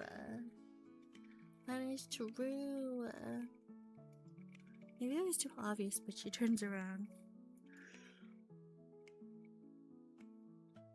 It would be so embarrassing if you caught me staring at her. I quickly avert my gaze and pretend like nothing happened. She lightly chuckles. My ears turn bright red. Did you guys play Mahjong? No, I think... No.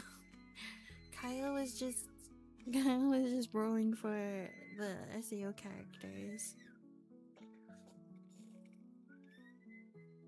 I vacuum. No, that's the leaf blower, guys.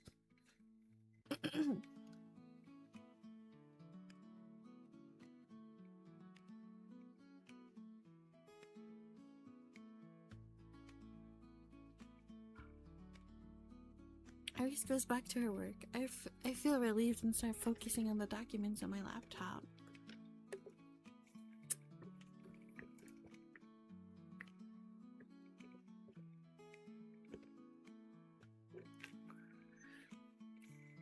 This seems to be all the groups and participants who attended the research conference last time. Why are there so many names?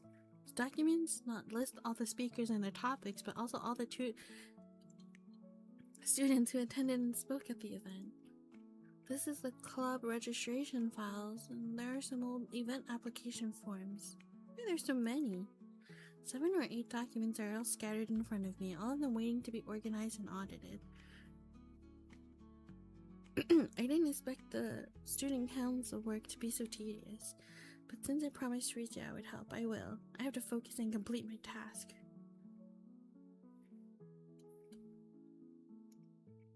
I reaffirm my decision and organizing the files.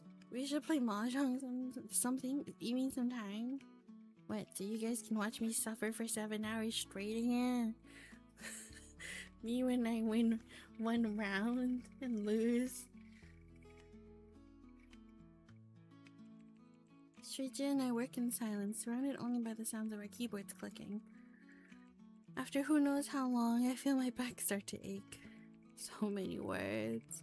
My head is getting dizzy. No, I have to concentrate. The sound of Iris typing makes my groggy mind even more fuzzy, and even more.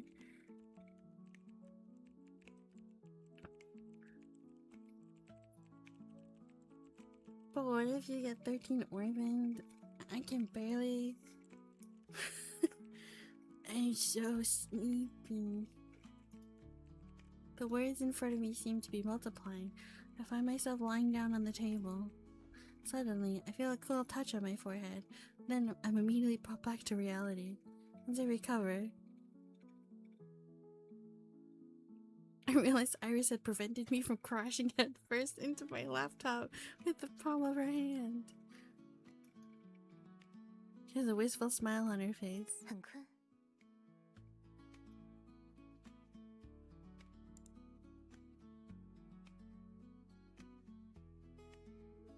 Apologize. I came here to help out, yet I almost fell asleep while sitting right next to Shuichi, who completely horrified and quickly apologized. I'm sorry, Shuichi, I'm a little eepy. 不用抱歉。这样的天气确实很适合午睡。要不要休息一会儿？我给你拿条毛毯。 No, I'm awake now. I let her another yawn while saying those 没 words. 关系，休息够了才能更好的完成工作嘛。何况我又不是什么剥削人的资本家，我只是一个关心你的学姐而已。Oh. She blinks concern clearly written in her eyes. And thinks she nods and immediately goes to grab a blanket, draping it over me. A warm blanket hugs me snug and tight. There's a soft forest fragrance lingering on it. 好好休息，学妹。 She's so sweet.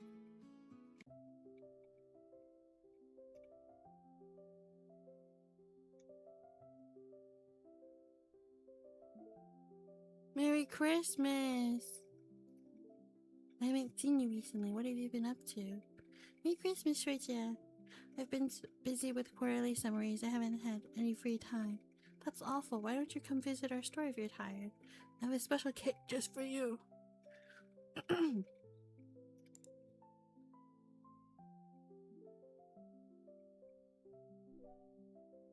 Okay, I really miss your cakes. Great, I've been missing you as well. Really, me too.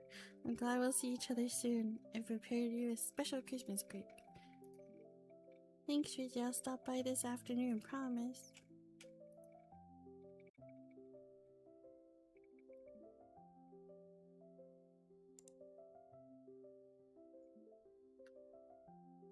Anything else I can click? Nope.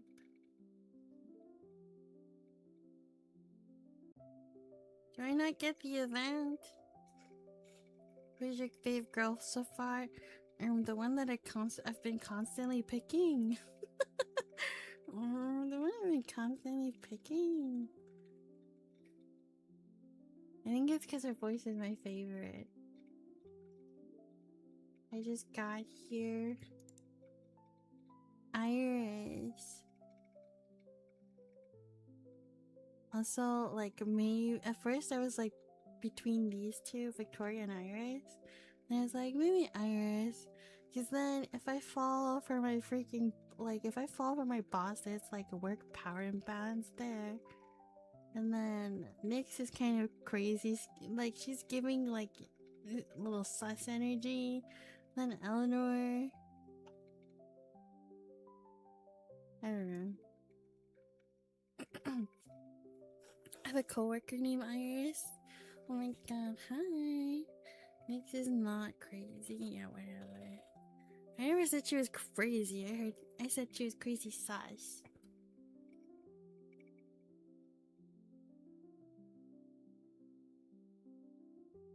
I'm gonna be right back. I'm gonna go get more water. And then I'm gonna get more water. Maybe I'll get a snack.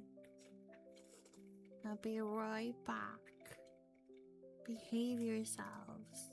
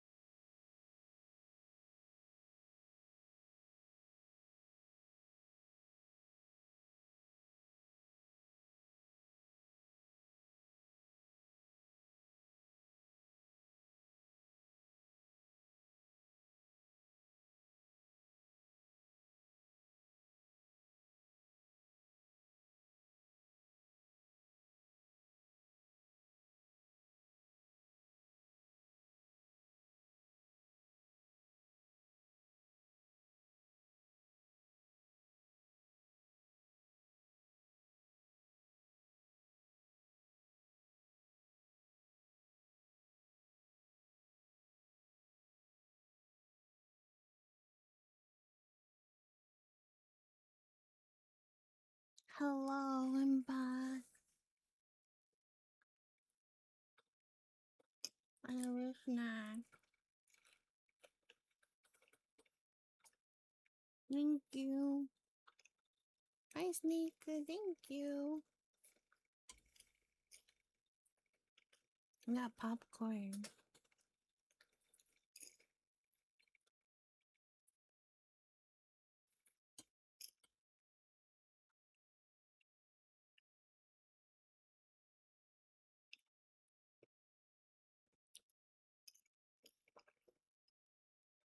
Did I see? I did.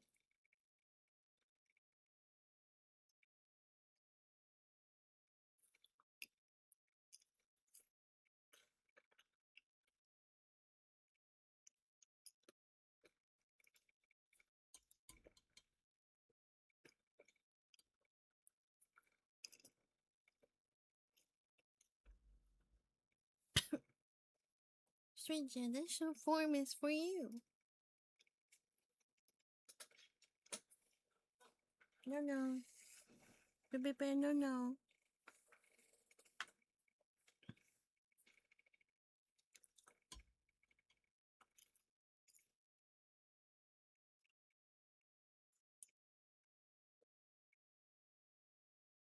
Last one. No more. Is it plain popcorn? It has butter. It's the butter popcorn. But there are some plain parts. I look down, organizing the documents in my hand. When I look up again, I meet Iris's inquisitive gaze. I want to go catch Chie.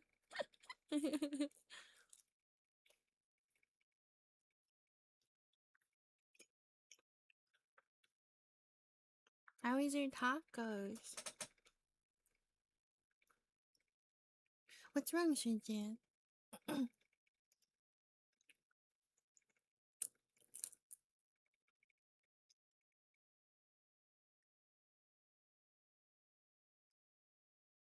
you didn't share?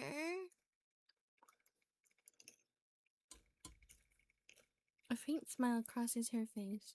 However, after knowing Iris for some time now, I can tell that her smile is not entirely sincere. What did you get? I got popcorn. You didn't even take a picture. More accurately, it seems as though all of Iris's flawless smiles were insincere. Nonetheless, this doesn't bother me. Everyone puts on different masks during their various social situations. Haha, thanks, Richie. What flavor? Butter. I don't think I eat any other flavored popcorn. I just buy the microwaved one with the butter microwave popcorn.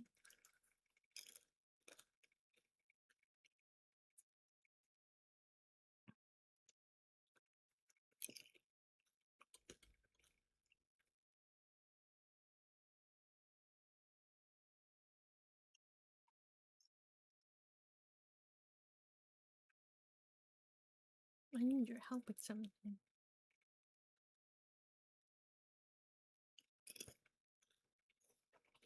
I'll be honest, I need your help with something, Shinji. It's nothing big. I was planning on studying later if there is nothing else that needs to be done. Shinji, if you happen to be free, why don't you give me some pointers? Oh?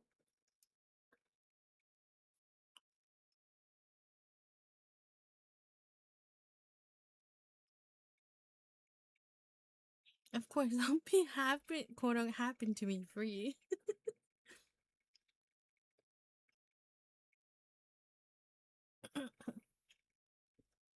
After finishing my student council work, I began studying in the student council room while waiting for Iris to review my work.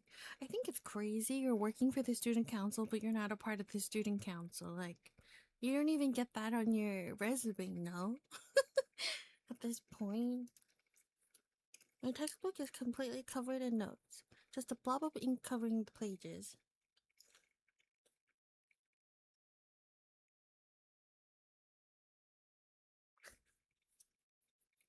I mean, I guess if you're seeing your crush, then, like, whatever, I guess. The enemy forces are about to attack. Why can't there be a potion that teaches me all of this so I don't have to memorize? I'm struggling to focus. I turn my head to sneakily glance at Chie. Iris is fully concentrated. Her expression is aloof, quite unlike her usual smiling self. Perhaps she felt my gaze because she turns around to look at me out as well. Our eyes cross paths for a brief moment. The corner of her lips turn up.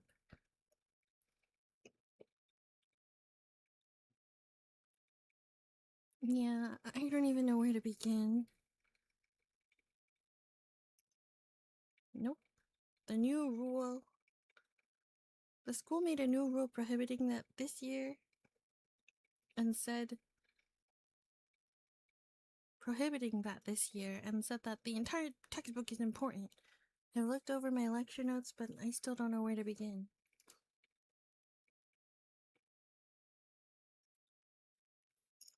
She stands up. She seems to be messaging someone. A few seconds later, my phone buzzes. There's a notification from Iris. Final review zip! Oh my god. Guys, I think she loves me. What's that?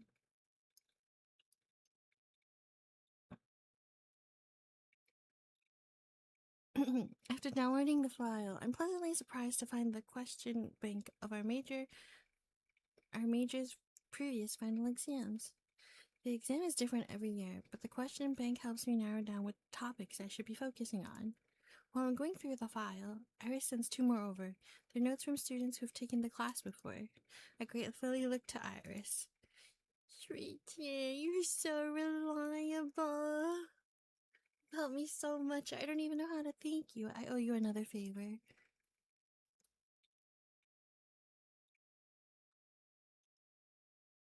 Her eyes sparkle, carrying a teasing gleam. She's waiting for my response.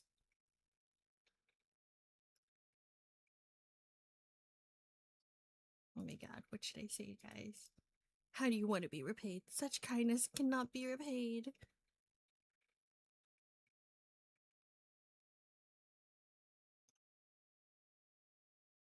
Well, it's only fitting if you decide how you'd like to be repaid.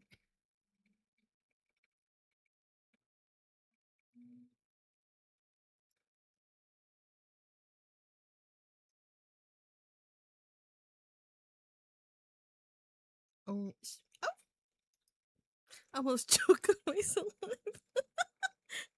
I feel my face turn red as I stare at Iris in shock. White woman. Chinese woman. And the student council. She emphasizes stay by my side. She's purposefully teasing me, right? She just can be so mean. I see. Huh? No, wait, definitely not.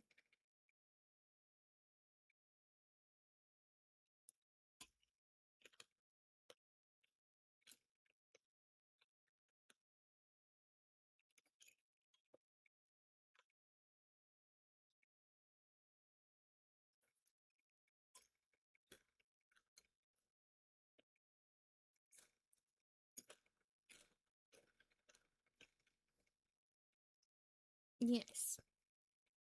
Man, she's so gorgeous and Iris Picture, the MC. She's like dark hair, pink highlights. I feel like some other character has that, but I can't remember right now. I look back at our messages. I feel like my heart's unable to calm down.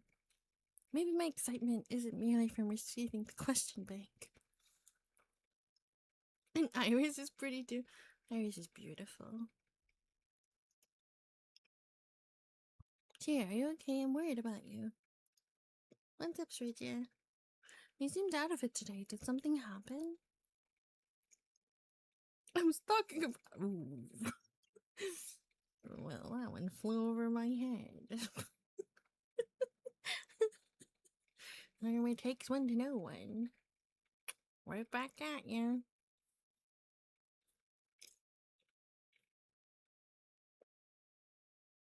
You noticed?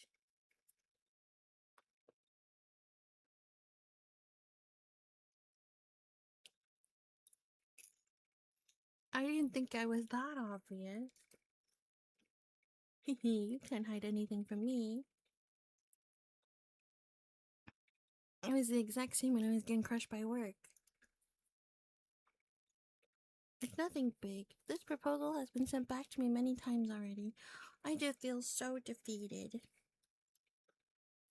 But maybe I've been too sheltered my entire life, haha. Don't say that. It's normal to run into work roadblocks at work. Why don't you send your proposal over? Let's figure out what the problem is together. You're my savior, Shredja. I'm already... Save.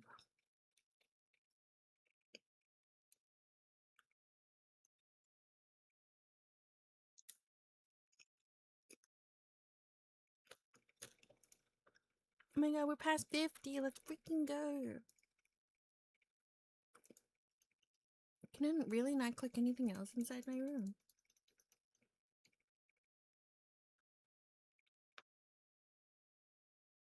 Finally! We're free! Now we just need the grades to come out. No reply comes. I turn around and find Megan rapidly typing something on her phone. What are you doing? Oh, just texting my advisor to ask her to help me out later. While we're walking, I receive a text from Cassidy. Gee, I'm done with the exam.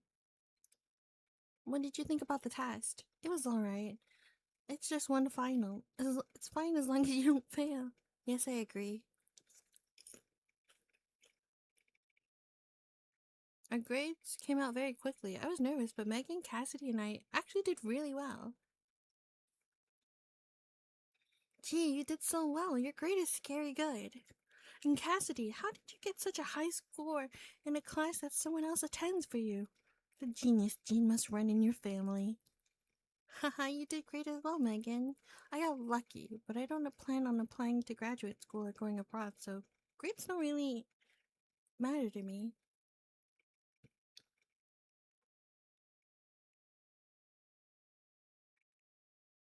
Having your hair cut makes your head feel so calm. Hey, why'd you cut your hair then? You should have just grew it long and put it in a ponytail. Why don't you give me your score then? I'll apply in your stead. I mostly listen as the two of them chat, occasionally chiming in. Chie, what are you doing? Oh, I'm looking at tickets. I'm trying to see when would be best for my parents to visit. Before I can buy anything, my mom texts me. Chie, are you done with finals? Is your break starting soon? It is. When are you and Dad coming back? I'm looking at the tickets right now. You won't be too late, will you? I've been cleaning up my apartment. Our precious daughter. We might not be able to visit for the new year. I have work I need to finish. Crying emoji. Am I going to spend New Year alone? We promised to visit once we're free. Take care of yourself. I'll make dumplings and ship them to you. You'll still get a taste of home. Okay, don't overwork yourselves. You'll miss some quality time with your beloved daughter, but have a wonderful New Year. Bye. What's wrong? You look upset. Were all the tickets sold out? And deflated and sighs, I answer. My mom said they're busy with work, so they can't come home. I see. She comfortingly pats me on the back. I meet her gaze and let her know it's fine. Cassidy also comes over, wanting to reassure me, but doesn't know what to say. Megan glances at me, then Cassidy, before patting us on the shoulder and trying to comfort us. Why don't you two spend New Year's Eve over at my place? Cassidy and I both smile, but we don't accept her invitation. Hey, Phoenix and Belle at home. I can't help but worry if they've argued or not today. Have I gotten used to their company already? Regardless, with them there, I doubt my new year will be lonely. Long hair is too much to keep up. Not if you just have your hair tied up all the time.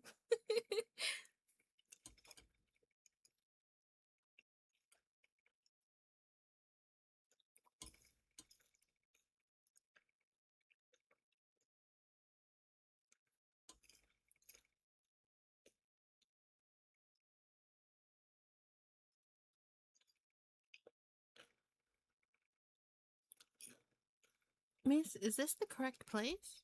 Yes, thank you. The driver turns to look at me and hesitates. It's late. Be careful out there by yourself. I hurriedly exit the car, nodding hastily towards the driver. I swipe open my phone. The location Megan sent me pops up. Gee, emergency! Something happened to Chie. I'm sending you the location. Get here ASAP. The background noise during the call was so loud I could only vaguely hear what Megan was yelling. I scrambled to get there, completely confused. Washing it? You don't have... I mean... I guess. Probably because I'm used to it.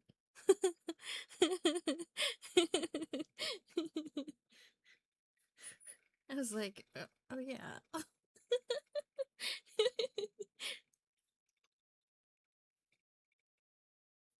I enter a private room. That noise instantly infiltrates my ears. The variety of singing, drinking, and laughing. I'm a bit nervous. Everyone from the student council is sprawled across the couch. Megan is currently holding a monopoly over the microphone and belting out some heartbreaking song. I look through the windows of this love. I cover my eyes, cover my ears, my eyes searching the room before finally seeing Chie huddled in a corner. Chie?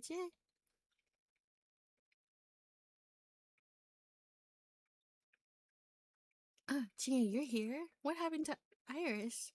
She said she was gonna treat us all for our hard work and invited us to karaoke. But then she had a bit much to drink. I look at Iris while she's talking. Frown once I smell the alcohol fills my nostrils. I can no longer smell her nice forest fragrance. I thought Shreya would have a good tolerance, but she drank super quick. She must have overworked herself. We think she should go home and get some rest. Gee, we're still having fun here, so you'll have to take Shreya home. But I'm shoved out the door. Before I can even finish my sentence, the door slams shut right behind me. Not 1 minute. At least tell me where Shreya lives. I knock on the door, but only to hear the sound of Megan wailing into the microphone. No one answers. Megan's decisiveness has me at a loss for words, but I'm first person she called when Iris needed help. Deep down, I felt a twinge of excitement. So, do they think I'm the closest to Iris? Oh my god. I give up on knocking and help a drunk Iris walk outside.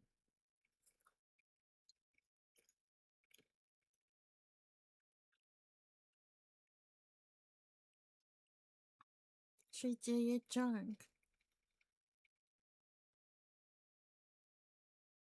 We're almost at the door. Iris suddenly breaks away from me, walking forward as he's trying to prove something. I don't react in time. She's drunk, so she's walking all over the place. I hurriedly run over once I notice she's about to walk straight into a door.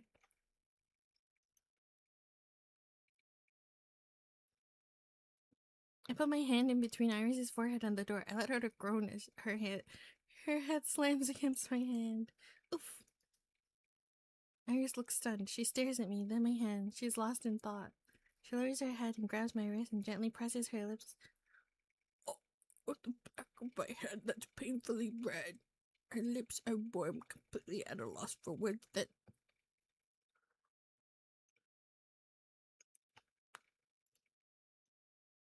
My brain has completely stopped functioning. I remain... Wait.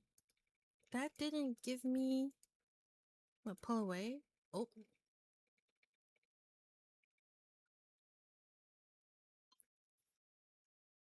But she reacts just as quickly and stubbornly grabs my wrist again. Yeah.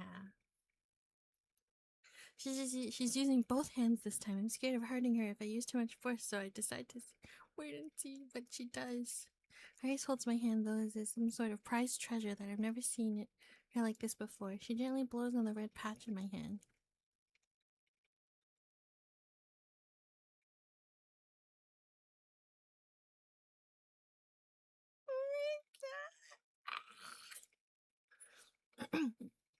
Is this how she comforts her younger siblings? Iris stares at me, a blank look on her face. It's completely different from her usual peaceful expression. She's so adorable. Is she always like this when she's drunk? Chie? Iris, when? I can't help but quietly say her name, embarrassed though I cough twice. I rarely call her by her name. She slightly nods, wrapping her arms around my and rubs her head against me.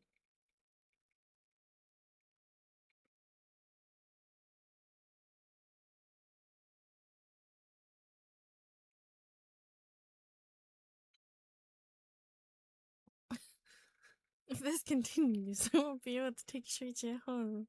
Instead, I'll pass out from how red my face is. I shoved the embarrassment all the way back and helped Iris onto the street. I was planning on calling a cab, but when I asked for her address, she didn't respond. Ugh, Megan is so unreliable.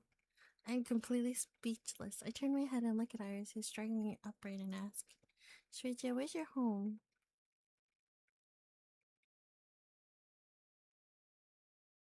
Oh my god, me too, Puchitao!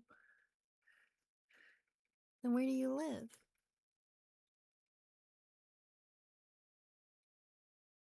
I let out a sigh. It's impossible to communicate with someone drunk. I had to use a different line of questioning. Where would you like to go? Iris shakes her head. I let out a sigh and decide.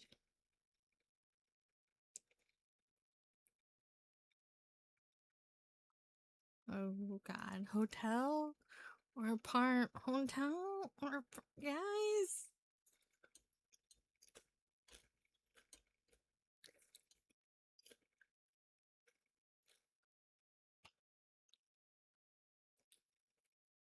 Now that I think about it,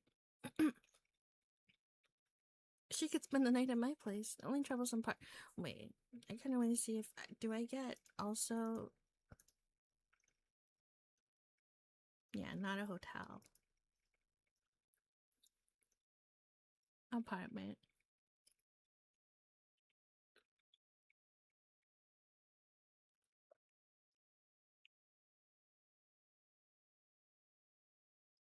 Sweet Iris, would you like to come home with me? Iris looks at me with a misty smile in her eyes. She doesn't respond. I pull out my phone and call a taxi home. May you not be mad at me for being so bold when you wake up tomorrow morning.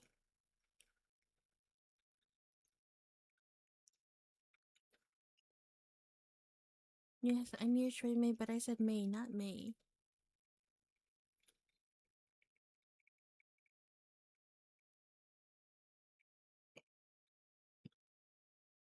What did you get for snacks? I got popcorn. Oh!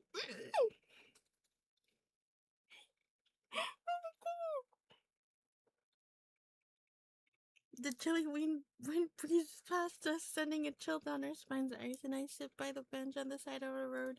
She's a bit drowsy. She rests her head on my shoulder, and I can feel the heat of her breath on my neck, tickling me like a soft feather. I can't calm down at all.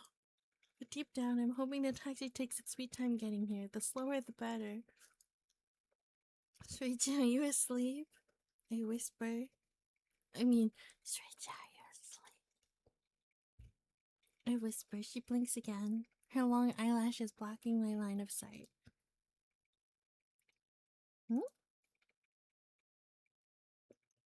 Flowers? I skeptically look up and notice that it's begun to snow. Snowflake after snowflake falls on my shoulder.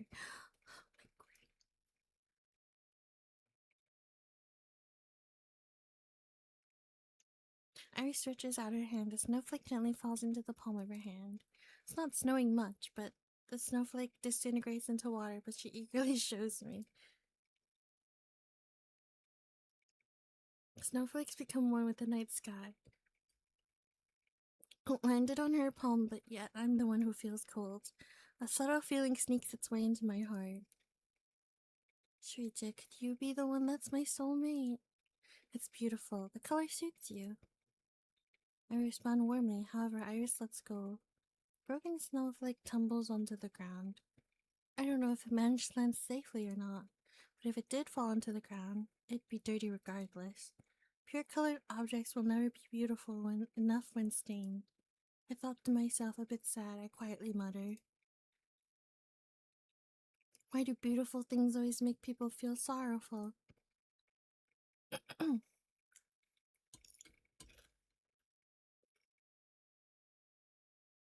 I was startled. Is Chie still drunk? Or has she started waking up? Me and who? My delusions. You and Kyle. Enjoy Yuri. Good luck work. She whispers in my ear. Oh god. Okay, guys, get ready.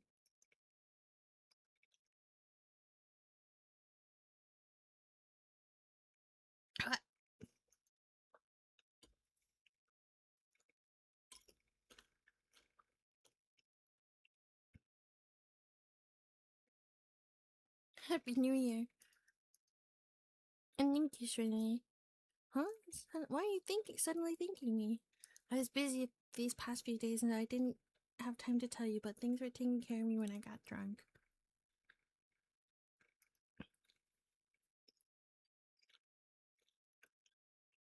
It's no big deal. How could I leave you alone? No big deal. More importantly, I was worried about you.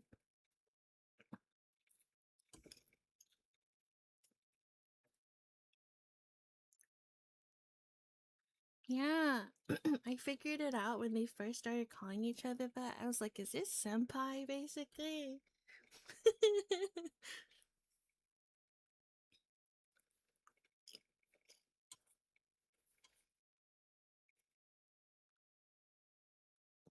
I was thinking snow. Interesting. Why don't I treat you to dinner someday? It's fine, no need to be so polite. Don't decline, you really helped me out. Let me express my thanks, okay? Alright, if you say so. See you after New Year's Day. Shade.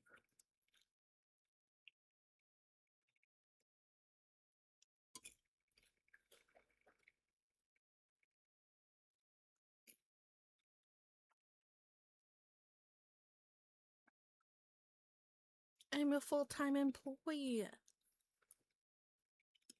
My delusions. I wish to meet me in IRL.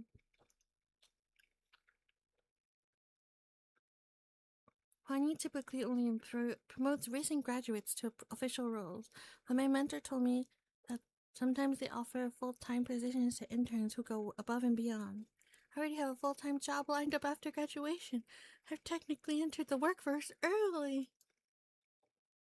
Thanks, Executive Chie. I'll continue working hard to contribute more to the company.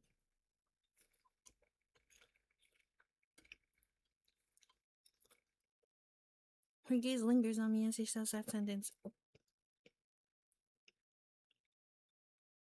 Reminds me of my interview, except her eyes are more gentle this time. When I return to the office, Megan bumps her shoulder against mine. I can't believe we're now official employees! This is a cause for celebration. Why don't we meet up somewhere tomorrow and have fun? Sure, I'm in the mood for hot pot. Oh my god, hot pot. Me, I wanna go. I know about a new hot pot restaurant. It's really good. Okay, let's go there. Megan's recommendation does not disappoint. We have a tasty, filling meal together. Complete the 4th chapter.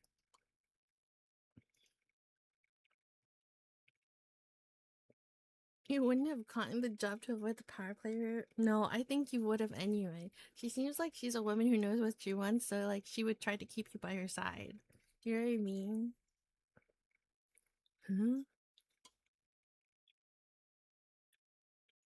What is this question mark? I'm so tempted. Okay, hold on. Save.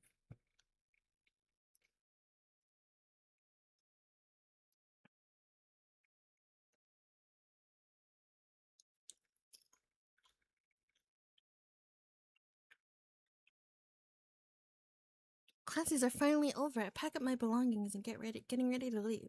As I head out to the classroom, I hear Megan's voice from the hallway. Cassidy, my beloved Cassidy, please come with me. I'm going home.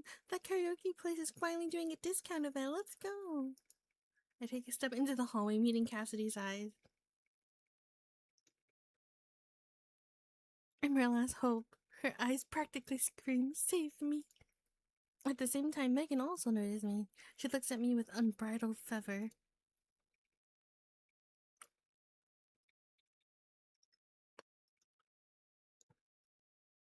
Megan looks so earnest that I don't have the heart to brush her off. I grin, teasing them. Where are you two going? Megan pulls out a voucher from her pocket, giddily waving it in the air. See this? It's a voucher for that karaoke place. Rumor says you can order unlimited drinks and you can party from 5 in the afternoon until the next morning. I think for a minute. I don't really have anything to do after I go home. Nor do I need to head to work tomorrow. I nod. Let's go together. Over there, that's our room. Matchmaker? Yeah, Cassidy has a crush on Megan. Slow down. Megan, filled with infinite energy, hurriedly drags Cassidy down the hallway. I jog behind them, trying to keep up. We venture through the maze of hallways before finally reaching our room. Once we entered, Cassidy collapses in the corner, panting heavily. I'm exhausted. You're way too weak. We barely moved. Haha, let's have Cassidy pick her songs first. She's been watching The Voice recently. Cassidy gives me a betrayed look. Oh my god!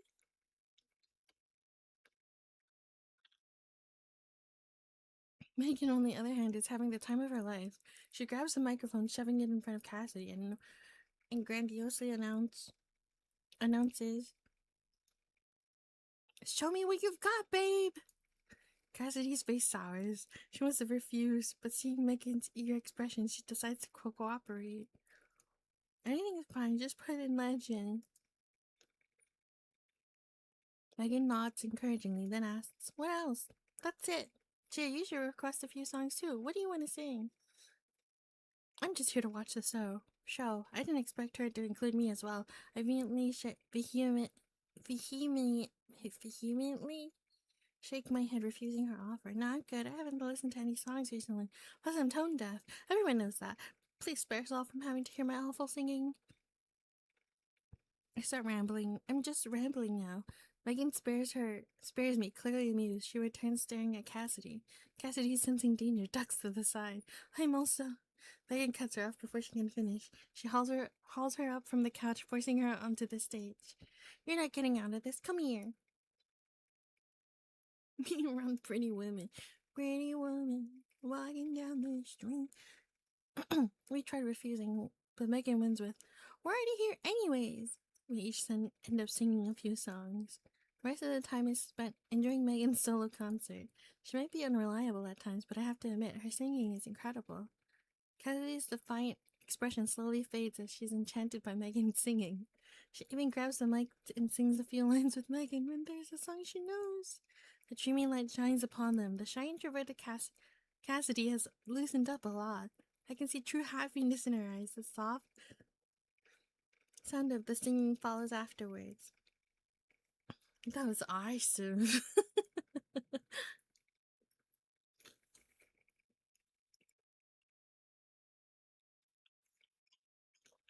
The gap she would have. I think she would sing anything.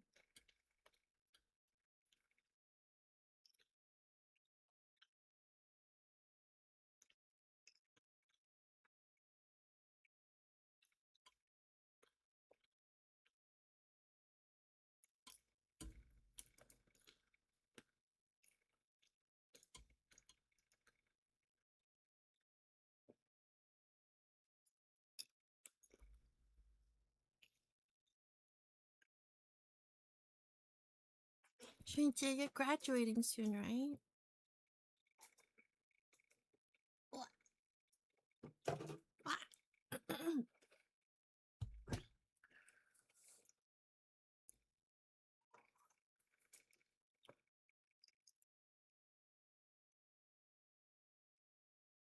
I feel reluctant.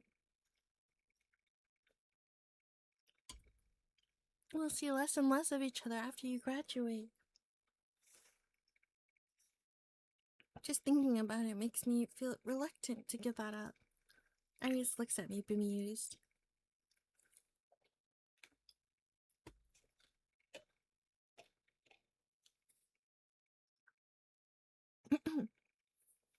I've actually heard your name before, Chie.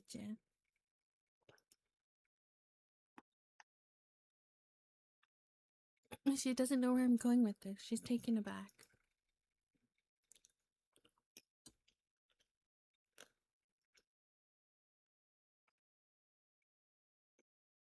No, it was before you became president. You've attended many school events during your time here. I revisit my memories. Moments I'd previously forgotten suddenly reawakened by her words. I see your name on various lists around school, such as Most Outstanding Student Representative, Challenge Cup winner, National Advertisement Competition winner, and other various prizes.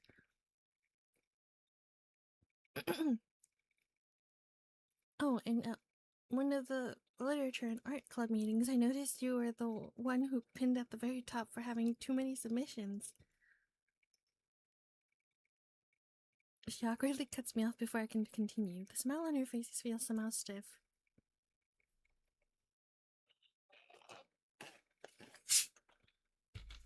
Sparkling water.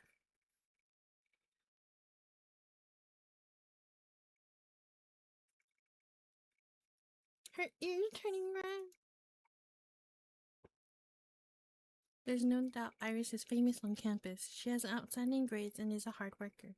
Multiple advisors and professors look highly upon her. She's maintained a high GPA her entire time here, but ended up refusing guaranteed admission to a graduate program. A lot of people are jealous of her. Morning, Chie, get that romance? Oh my god, thank you. I'm doing my best. Seeing her like this, I suddenly understand how she could still continue smiling and joking around when others felt utterly embarrassed. I decide to seize the opportunity and...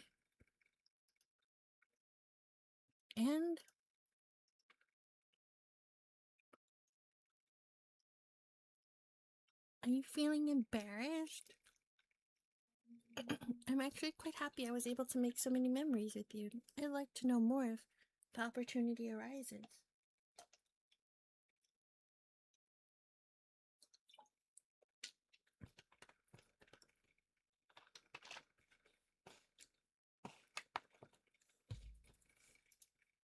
Her eyes darkened.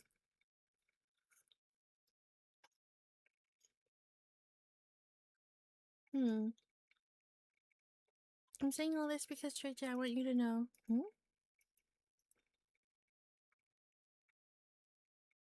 How is it possible for Chie to become more and more attractive? I lose my train of thought staring at her face. I can hear the blood rushing to my ears and my heart pounding in my chest.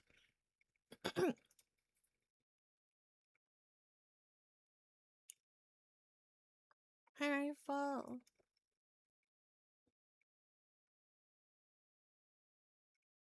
Perhaps she wanted to hear the rest of my sentence, or perhaps she was simply trying to comfort me. Either way, I took a deep breath and carefully chose my next words. I didn't get close to you just because you've helped me out before, Chie. Just the simple concept of Iris Wynn is alluring.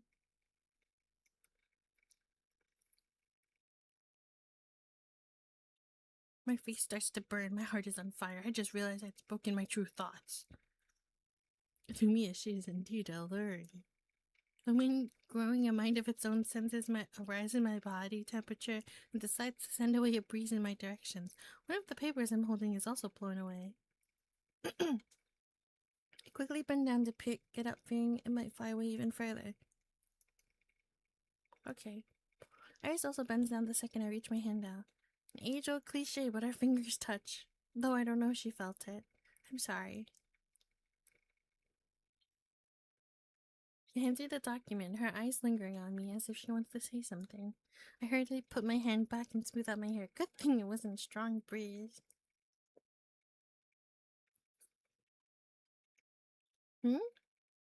Her eyes crinkled, a smile on her face just a little deeper than before.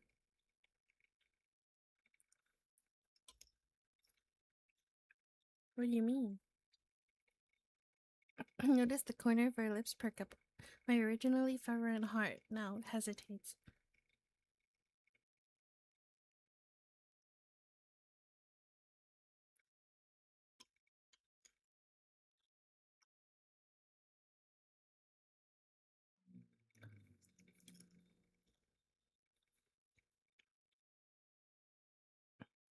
I got a promotion. I'm so happy.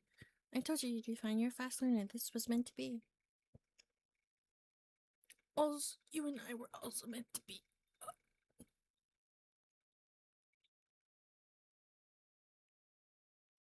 Okay.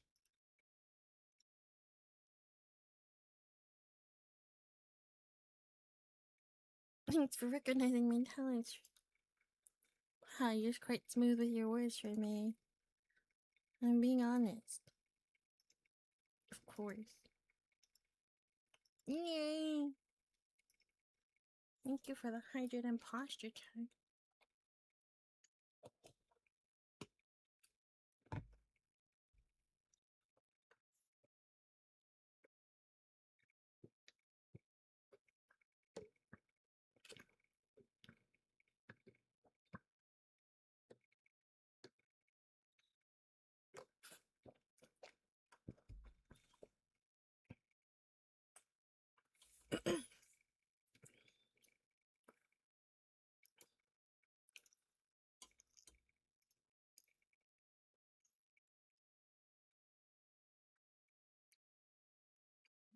Outside.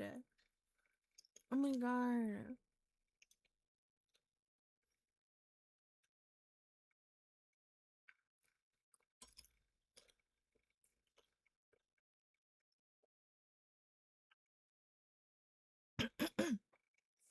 Question mark the temptation.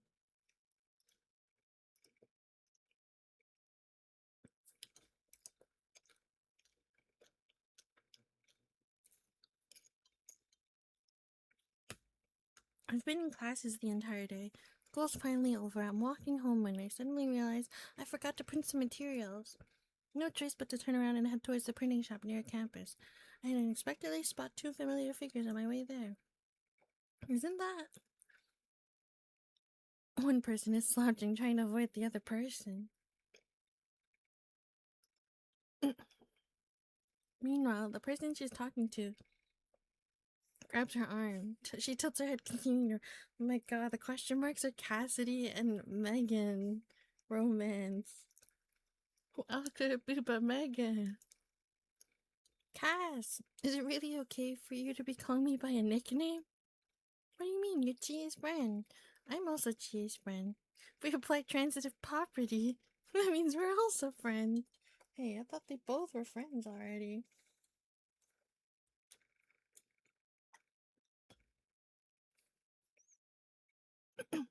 I get that, but can you please spare me? You're standing too close. I'm not yet used to it.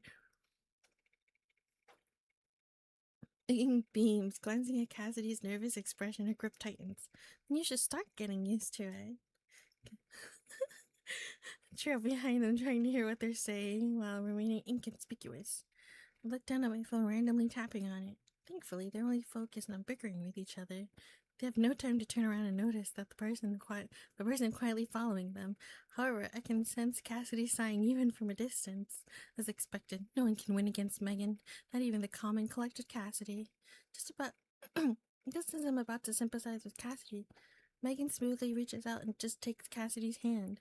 The position feels more comfortable for Cassidy than having her arm grabbed. She doesn't push Megan's hand. It looks like everyone has their weaknesses. Just come with me. I already bought 2 tickets. I can't let them go to waste. Did she buy her own ticket? She's not going. Why not? She hates the atmosphere of movie theaters. I can't help but mumble to myself. Yes, you two have a wonderful time.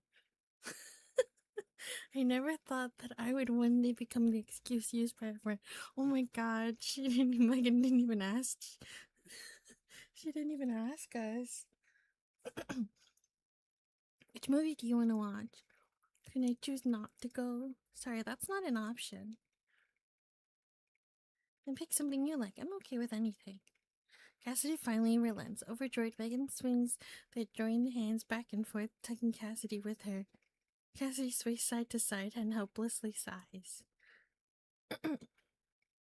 I noticed although Megan is bouncing around erratically, she never lets go of Cassidy's hand. Whenever Megan would move a little too far from Cassidy, Cassidy would use a bit of strength to drag her back. This is beautiful to watch. Now I understand how celebrity stands feel.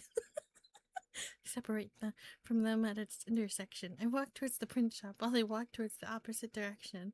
They never ended up noticing me. A few days later, I bump into Cassidy and Megan in the cafeteria. They're sitting across from each other. I recently saw a review about the movie we watched. That reminds me, you haven't told me if you enjoyed it or not. I thought it was pretty good overall. It seemed like your type of movie. Huh? My type? Cassidy's expression is serious as she studies Megan up and down, carefully choosing her words. Yes, the lively, humorous style of the movie reminded me of you. However, it felt disjointed, like it was cut into separate parts, clumsily pieced together. True, but isn't life like that too? Broken pieces pieced all together? Cassidy doesn't respond, at a sudden loss for words. Plus, we should support interesting movies. Take a look at the review I sent you. I think it was really well written. Cassidy looks down, flipping through her phone. She falls silent. Just about to go the other way when Cassidy suddenly looks up, her expression complicated. I never expected you to have such an attentive side. I didn't realize. Megan doesn't say another word. She just quietly eats. As they fall quiet again, I finally get tired of standing and start walking away, but I hear Megan's voice behind me. Chie, over here, hurry up. I'm coming. Yes, honey. Accepting my fate, I walk over to their table, trying not to feel like a third wheel. What are you two talking about? Cass and I just watched a movie together some time ago. Maybe she's feeling guilty because she keeps glancing at me. You've probably seen it already, right? Super popular? No, I don't like this atmosphere.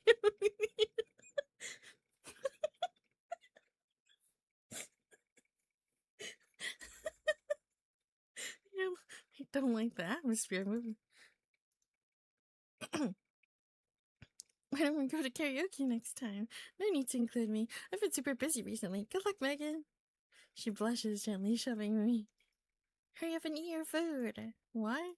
You too. She glares at us, but her flushed ears don't escape my notice. I sigh to myself. Oh, Megan. Pursuing Cassidy is so challenging.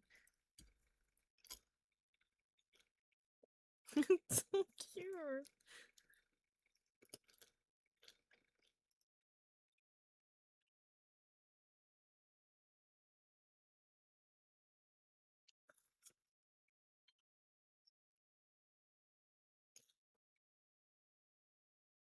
Shinja, over here, this way.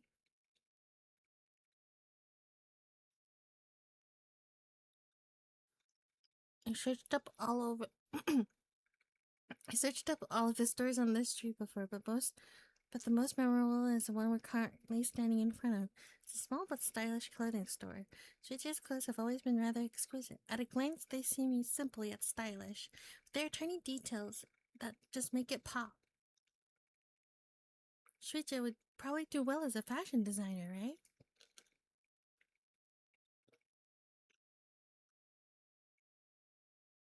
Megan and I have discussed Shuichi's outfit choices in detail. We concluded Iris's natural charm absolutely dominates whatever clothes she wears. So no matter how common or typical an outfit may be, it looks unique and so elegant on her. Chie? She waves a hand in front of me, snapping me back to reality.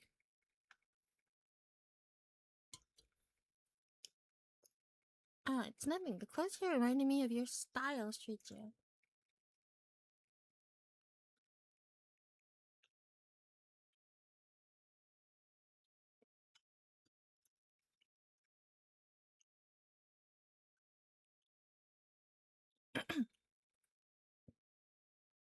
Okay, I've always admired your fashion sense. Could you pick an outfit for me?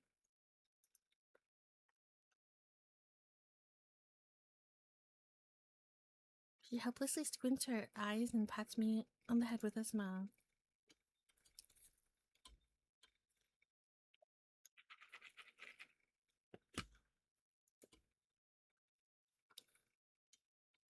Something casual, but not too casual. What am I saying? Should I leave it in your hands? Maybe something I can wear to work, or before I can finish my sentence, I feel Iris' grip on my hand tighten.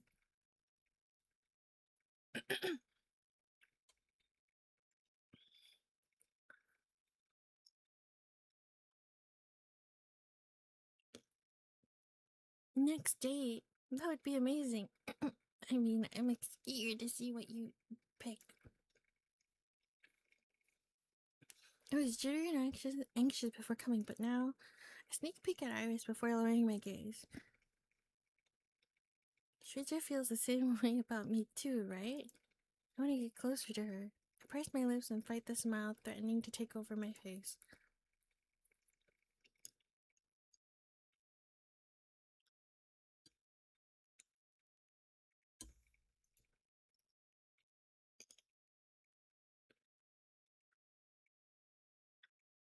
Okay, I'll have plenty of time to get used to this, right?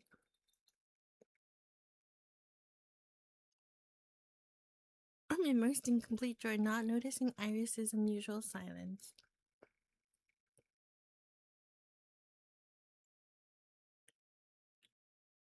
After we enter, Iris drags me around, taking clothes off the rack, trying them on me. She has a pensive expression on her face. Iris is clearly standing right in front of me. For some reason, my heart is elated at the fact that I'm in her thoughts.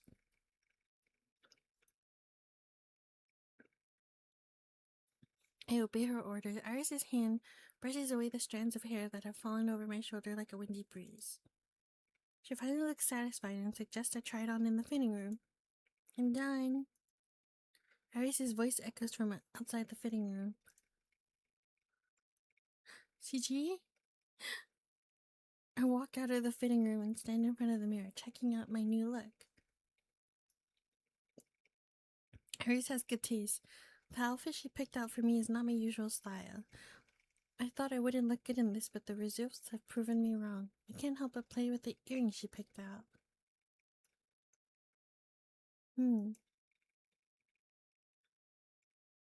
I carefully inspect the necklace in the mirror. She walks up behind me. Our eyes meet in the reflection. I always thought I wouldn't look good wearing clothes like these, but now I'm standing here in the outfit you picked. I look beautiful.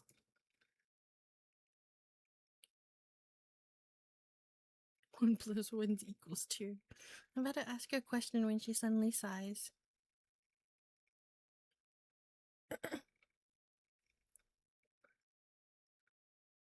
Her compliments make me blush.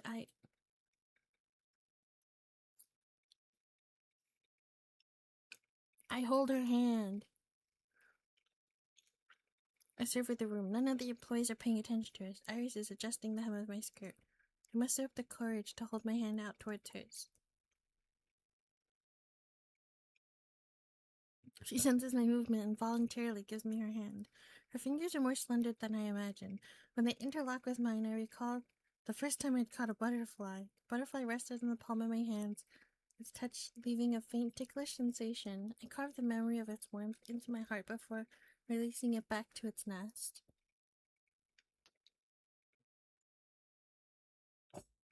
Shuji, I'm very happy.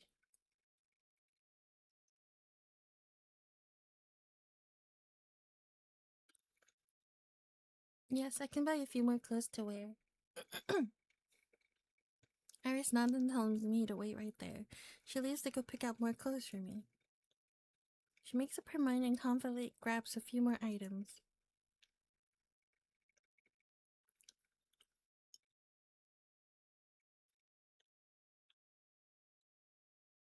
No, it's fine. I don't want you to spend so much money. I'm ready to continue arguing with her, but Iris grabs my wrist. Oh. Under the warm yellow light, Iris's eyes are like a serene autumn lake. She picks up another dress and stuffs it into my arms.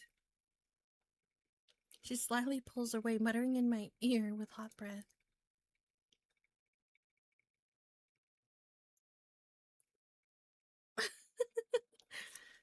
cute. Thank you so much for the clothes. All of them are so beautiful. Image.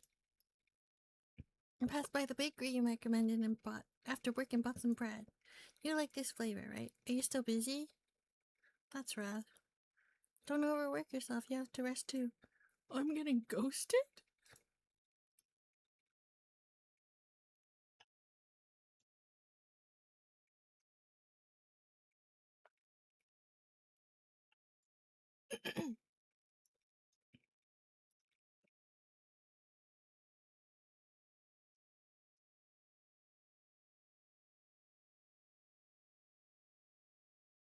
It's currently night. I sit alone thinking about the compass. Under Phoenix's guidance, I've already learned how to interpret the direction of the needle and what the various nodes mean. Unable to sleep, Phoenix walks over and sits down next to me, noticing the compass in my hand. Dost though fret still. I've been doing what you said, searching for my true love, but I don't know. The compass has just stopped here. Can you help me, Phoenix? What does this mean? Phoenix takes the compass into her hand, studying it in silence for a while.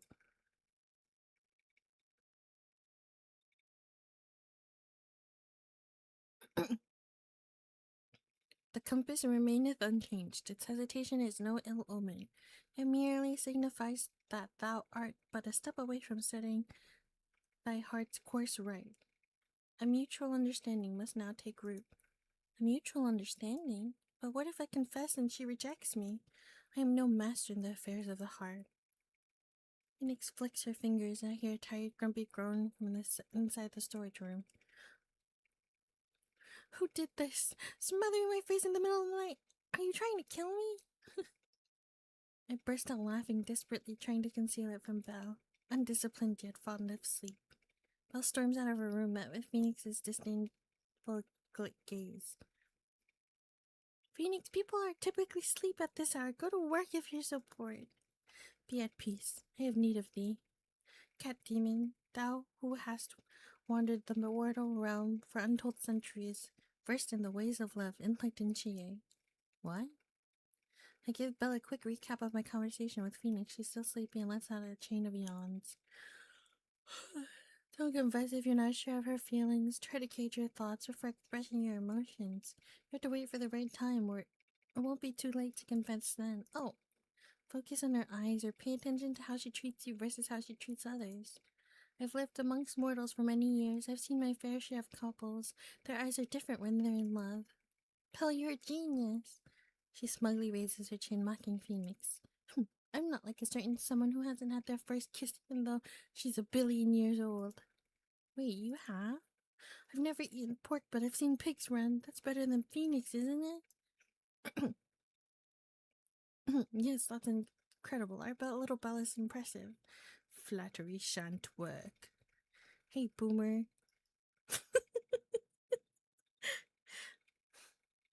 Boomer. These two can't go a day without bickering. I stopped their heated discussion. Okay, it's getting late. Let's all go to bed. Rest well, Chie. Good night, Chie. Oh my god, good night, sleepyhead. Good morning, sleepyhead.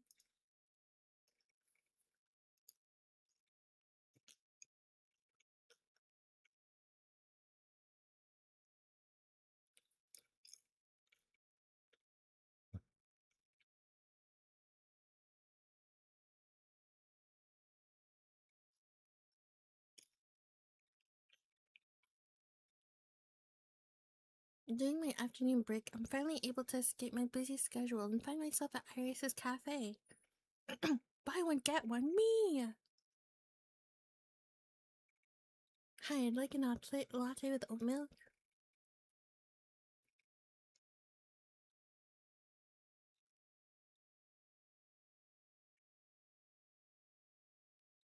There aren't that many customers right now, and the number of staff working certainly reflects that. Iris is the only one working behind the counter.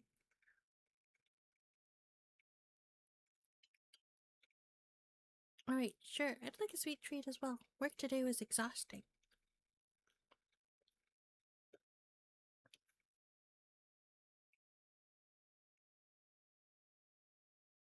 And nod and do as she says, placing my bag down to the side. The afternoon light streams in through the window, spilling across the tabletop like butter on bread. So soothing that I can't help but close my eyes, enjoying this brief period of leisure. A few minutes later, the sweet aroma of cream and chocolate fills the air. I glance at the counter, noticing Iris's busy shadow. She has just finished prepping my order and brings it over on a fancy tray. Wah!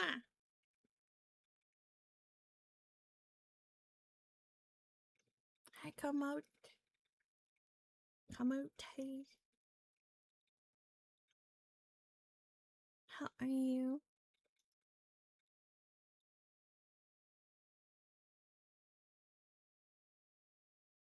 Why are you the only one working today?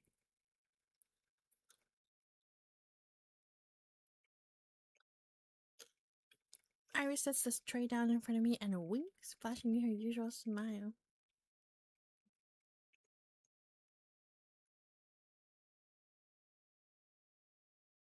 My birthday, I look like a girl. Now what? Now what? Holy moly, she's pretty. Yeah. They're all pretty. Wait, that's not what I wanted to click. They're all pretty.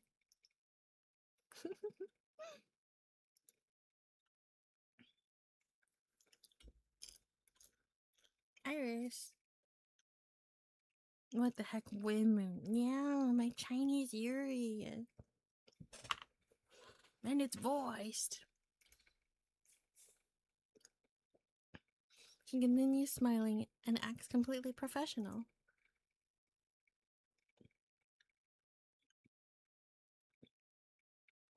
Thank you. The creamy cheese filling and the crisp chocolate shell tempt me. I stuff a bite into my mouth. It's delicious. Wait, what is she eating?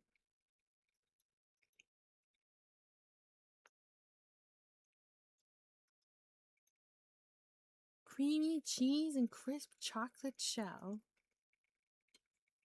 Thank you for the hydrate.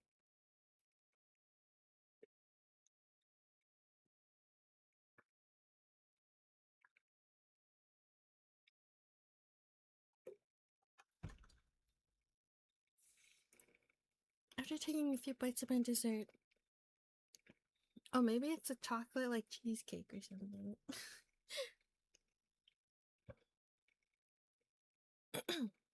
Thank you for this stretch. After taking a few bites of my dessert, I take a sip of the new drink Iris had recommended. Oh, that's good. It tastes very exotic.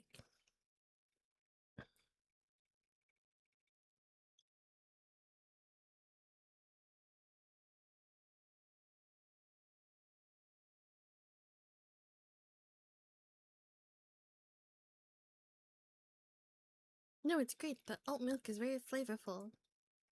Since there are no other customers, could I steal some of your time and invite you to take a seat? She sits down across from me, a warm smile still on her face, her eyes screaming, I knew you'd like it. It's because Iris is here, but my work fatigue is suddenly washed away. I take another bite of the cake. The rich cheese flavor melts in my mouth.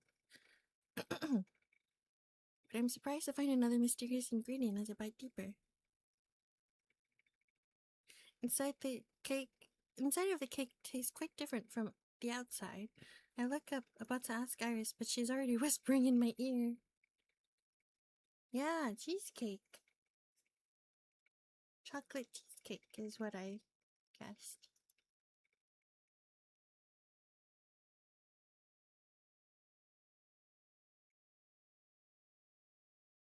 An experimental filling just for you. Keep it a secret, alright? Yeah. My heart skips a beat, partially due to how close Iris is, but also because she went out of her way to prepare a surprise for me in something so mundane.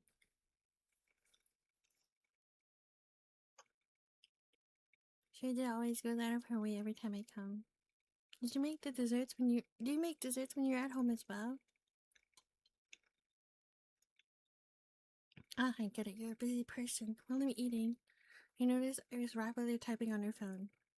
Is something wrong?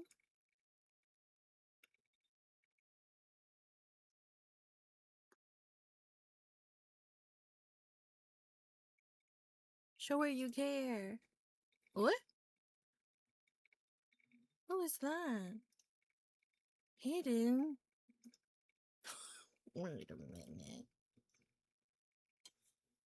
I'll be right back. I think my dad's boiling water, but he fell asleep.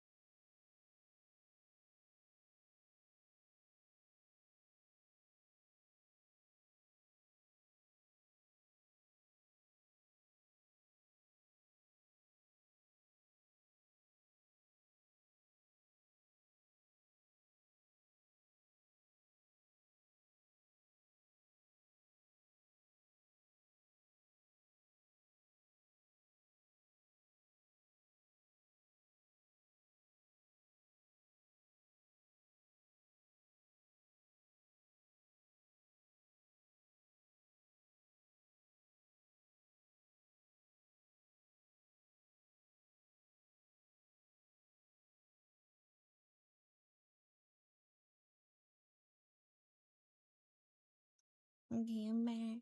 I also have an onigiri. Yeah.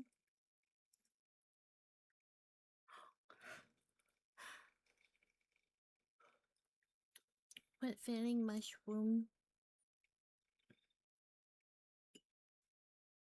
Thank you. Hear ye, hear ye. Is there anything I can do to help? She cuts me off, forcing a smile on her face.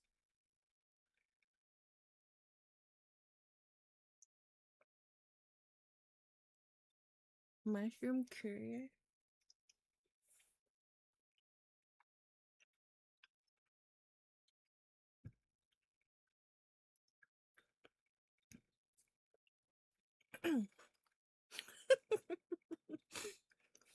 Sweet is just like this cake, sweet and perfect on the outside, but full of tiny little bumps on the inside.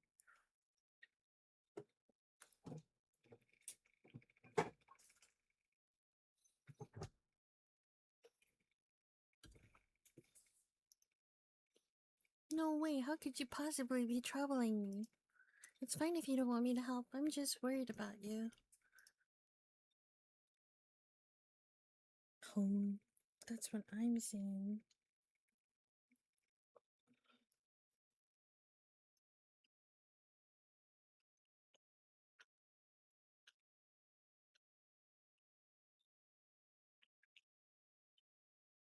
Iris's eyes don't seem sincere, which makes my heart ache.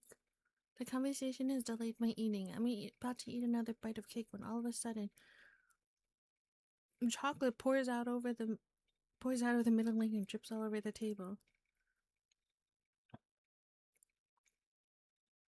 I couldn't free my hands in time, so I pleadingly look at Iris, who lets out a sigh and hands me a napkin so I can wipe my hands clean.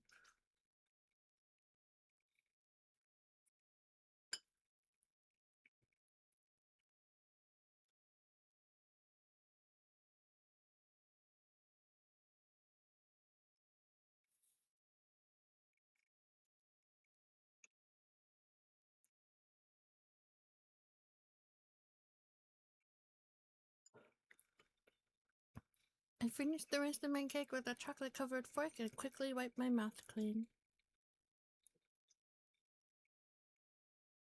Iris is worried that the dessert was too sweet, so she hands me my coffee.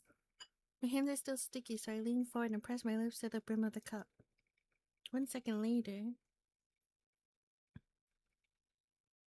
I have to do work at work. Wait, would you... If I don't make it back, I'm about work. Wait, what?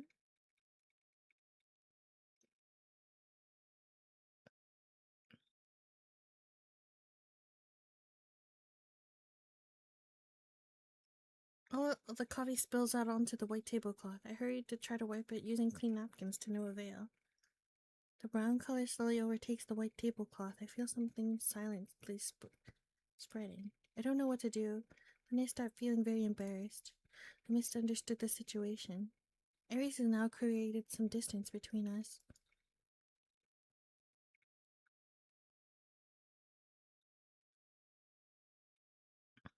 She retracts her hand and leaves to grab a rag. She wipes down the table. However, the brown stain is unwilling to leave. Tablecloth.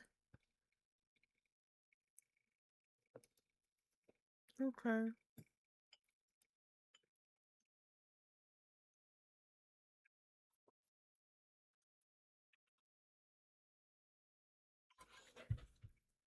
A feeling I can't quite place my finger on creeps into my heart.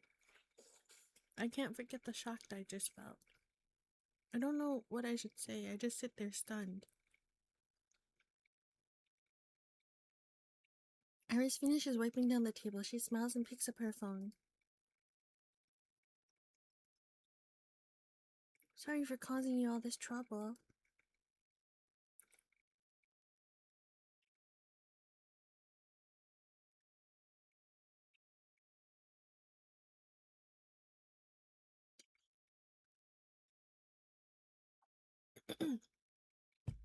No.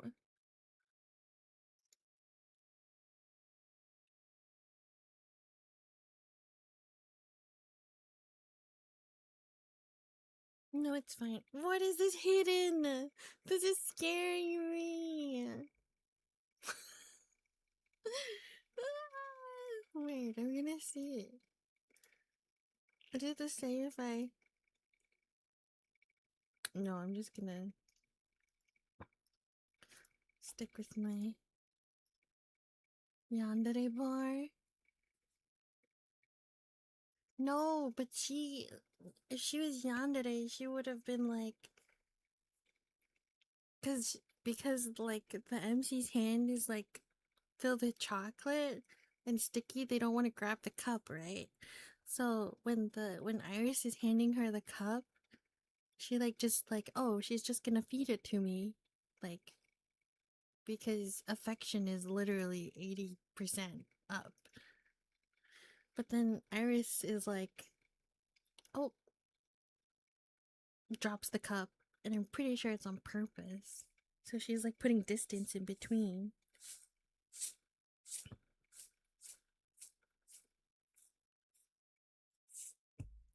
So I think she's like, I actually don't want you this close. Maybe it's like her lore bar? I don't know.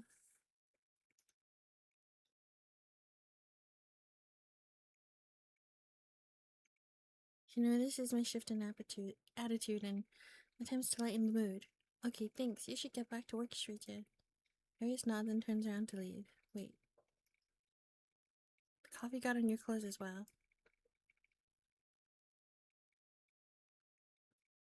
Iris looks down and realizes she subconsciously wiped her hands on her apron. I sit in my chair dazed.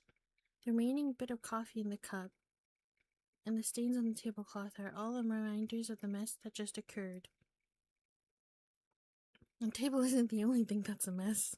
There's also me. Just like me for real. Where did it all go wrong? It's like my heart is being stabbed by a knife. My heart has been stabbed by a knife. Can't help but look up. I watch Iris' shadow. She seems calm and collected, completely unaffected by what just happened.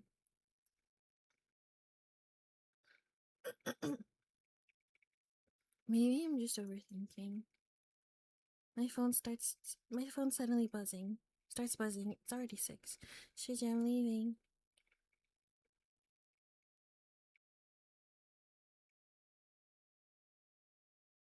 Yeah, I still have some work I need to finish.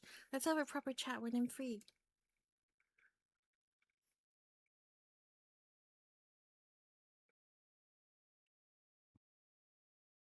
I got it. I'm heading out now. Bye. I'm scared. As I step out of the cafe, I hear the wind chimes ring, but this time, I feel as though the wind is about to sweep me away. I'm bound by my melancholy. I spare one last glance at the cafe, my conversation with Iris still lingering on my mind. There's nothing for me to be oversensitive about. I walk towards the bus stop, forcing myself to snap back to reality. I don't want to think about this absolute mess anymore. Iris, you're warm one second, then cold the next. Why is there some kind of barrier standing in between the two of us? Are you upset? Oh, you saw? The post I just deleted? I was scrolling through Insta. What happened? Just some family stuff, just some stuff with my family. Don't worry, I'll deal with it. Okay. I don't really know what happened, but I'm here if you need someone to vent to. Okay. Perhaps I won't feel lonely if you're here.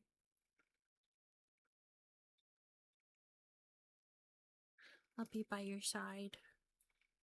Can't speak for everyone, but I'll be by your side. We might not be talking face to face right now, but I can hear your voice Ningma. Can you sense how much I care about you, Chie? Haha. I'm feeling much better now. Hug emoji. I'm off tomorrow. I'll come visit and buy you cake. Okay, I'll be waiting. They should kiss. I don't know about that.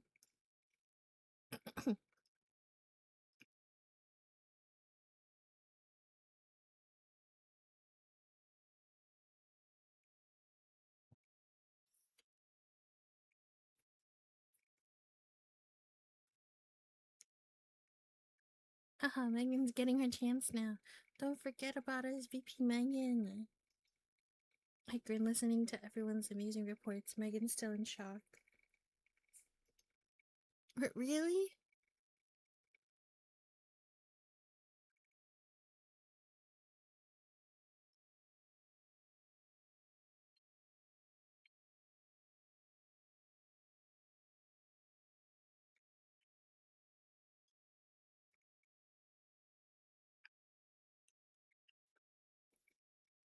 She walks over and hands Megan an empty form, stopping right beside me.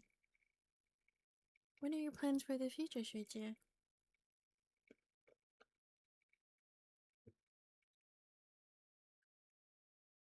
I haven't seen Chie around so often I almost forgot she's graduating.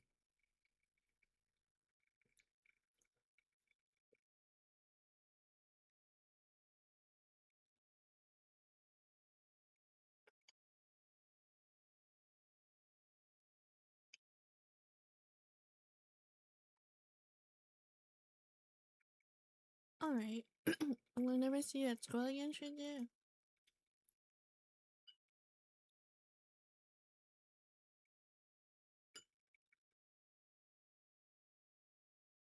A mysterious sense of loss creeps into my heart. Megan's loud cheers become a blur. A lot of people start coming up to Iris and giving her a hug, but she simply looks at me. Before I can say anything, I look down. Megan is still going on and on about her plans for the future when we leave the room. This is great news. Let's head to the bakery. I'll treat the new vice president to some cake. Yay, I want a mango crepe one. Fine. This cake is so good. I once ordered a takeout from a place that used a plant-based ice cream, and I could tell from the first bite the texture was awful. What's wrong? Why do you look so miserable? Megan's question snaps back to reality.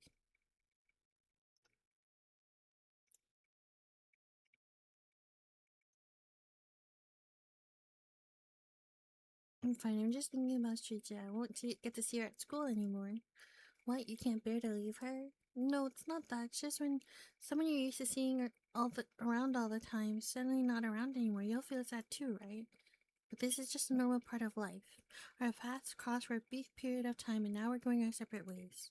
She pats me on the back and jokes. When did you get so deep? Haha. Okay, I'll be serious. Why aren't you saying goodbye to her with everyone else? I snap my head away, wanting to avoid this question, but she brings my attention back to her. Deep down, you want to give her a hug and probably bid her farewell, right? Bid her farewell. Nope, you're wrong. You can't lie to me. Gee, Megan, I didn't expect to bump into you two here. What a coincidence. Cassidy. Megan immediately turns around after hearing that familiar voice. She beams.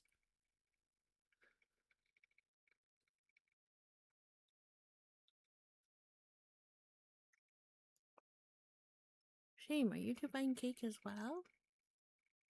Yeah, Eleanor came with me to buy some books. We decided to walk around the area as well.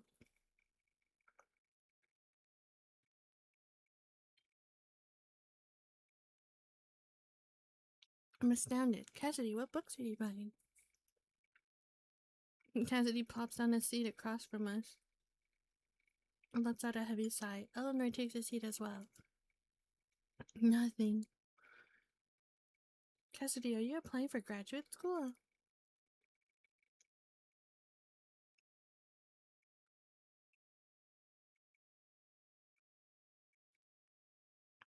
I'm at a loss for words. I didn't expect the laid-back Cassidy to give in to the pressure so easily. You have plenty of time. Good luck, Cassidy. You got this. She deflates like a flat tire, depressed. Ugh, can I just not go to school? On that note, Eleanor, are you planning to apply as well? I didn't expect Eleanor not to pursue a higher degree. Is she going to find a job? Well, she's smart and capable. She'll find an excellent job even without a grad school degree. Eleanor chuckles, reading my mind.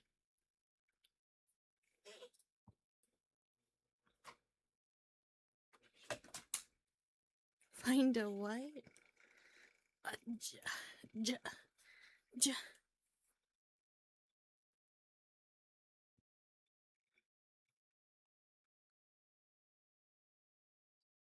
All of us look at her with jealousy written across our faces, especially Megan and me.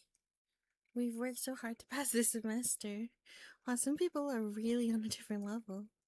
Jealousy, worse still. I'd already be getting my PhD. She makes frantic motions with her hands.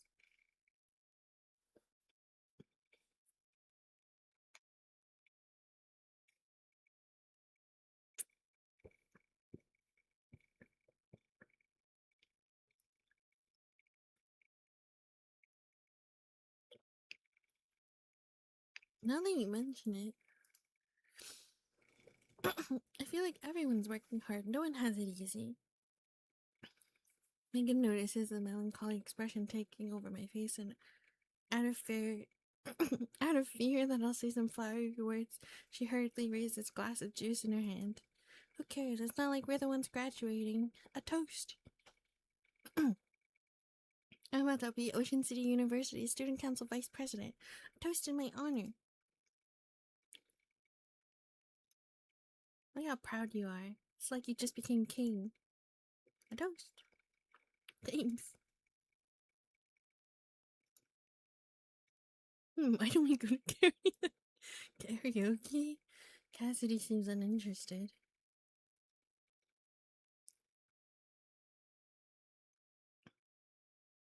I suddenly feel as though karaoke was a wonderful option.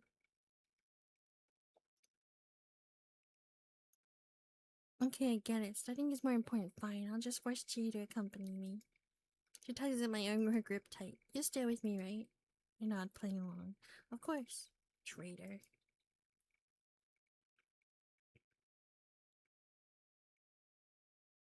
Goodbye, Chie. Pass away now. No. Good night. Good night, princess. No, don't worry about it. Yeah, get home safe. Cassie, text me when you get home. Don't leave me on red. Oh, okay. Megan and I leave after we watch the Sea Sisters head out. I want to let her know aside once I think about the solo performance I'll be watching for the next 2 hours. I won't ruin her mood. She can sing her heart out.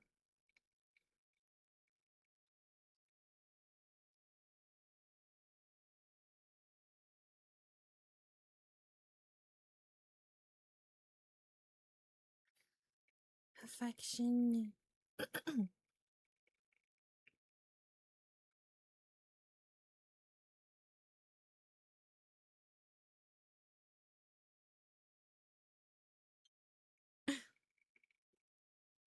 I think I'm gonna stop here.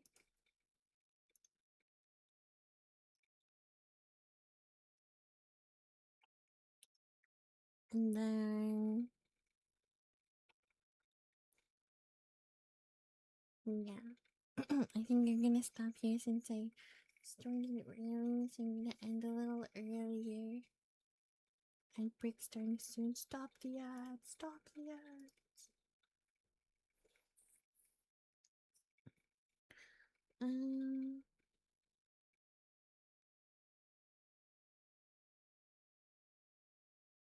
You're stopping. Hi.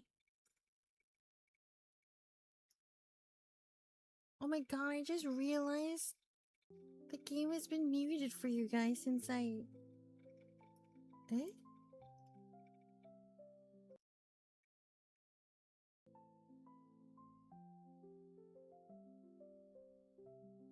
Guys, why didn't you say anything?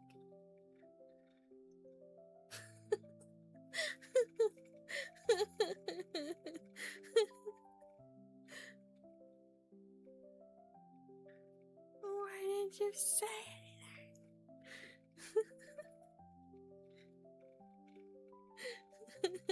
You didn't even hear the voices.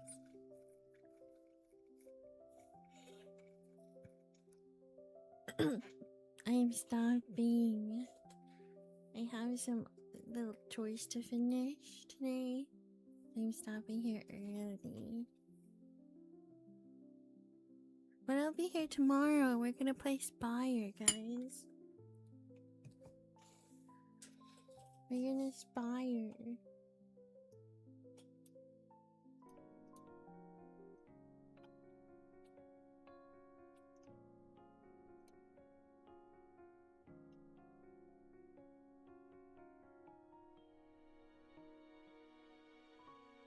Have fun. Are you not gonna be here tomorrow? We're gonna play Spire tomorrow. Until next time, yeah. Until next time.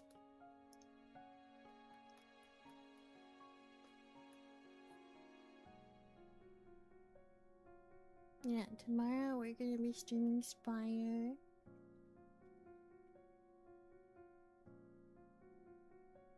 And then I'm attempting to lock in for the millionth time. Despair.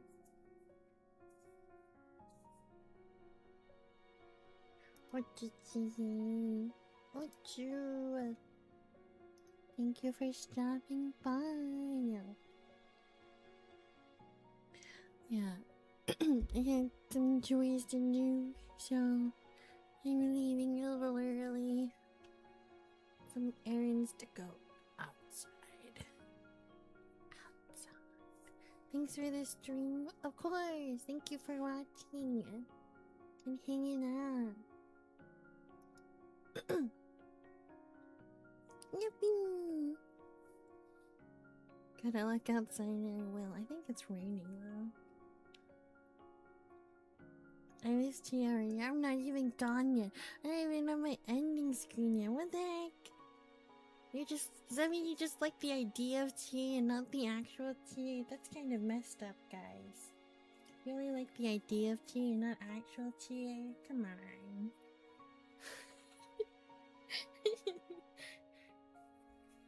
Kinda messed up. Kinda fucked up, don't you think?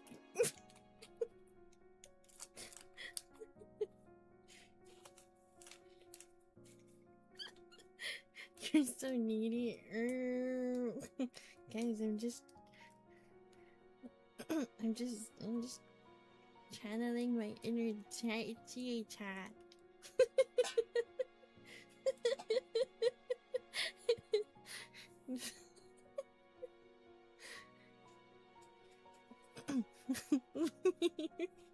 Yeah. Oh, so you hate me. So you hate me.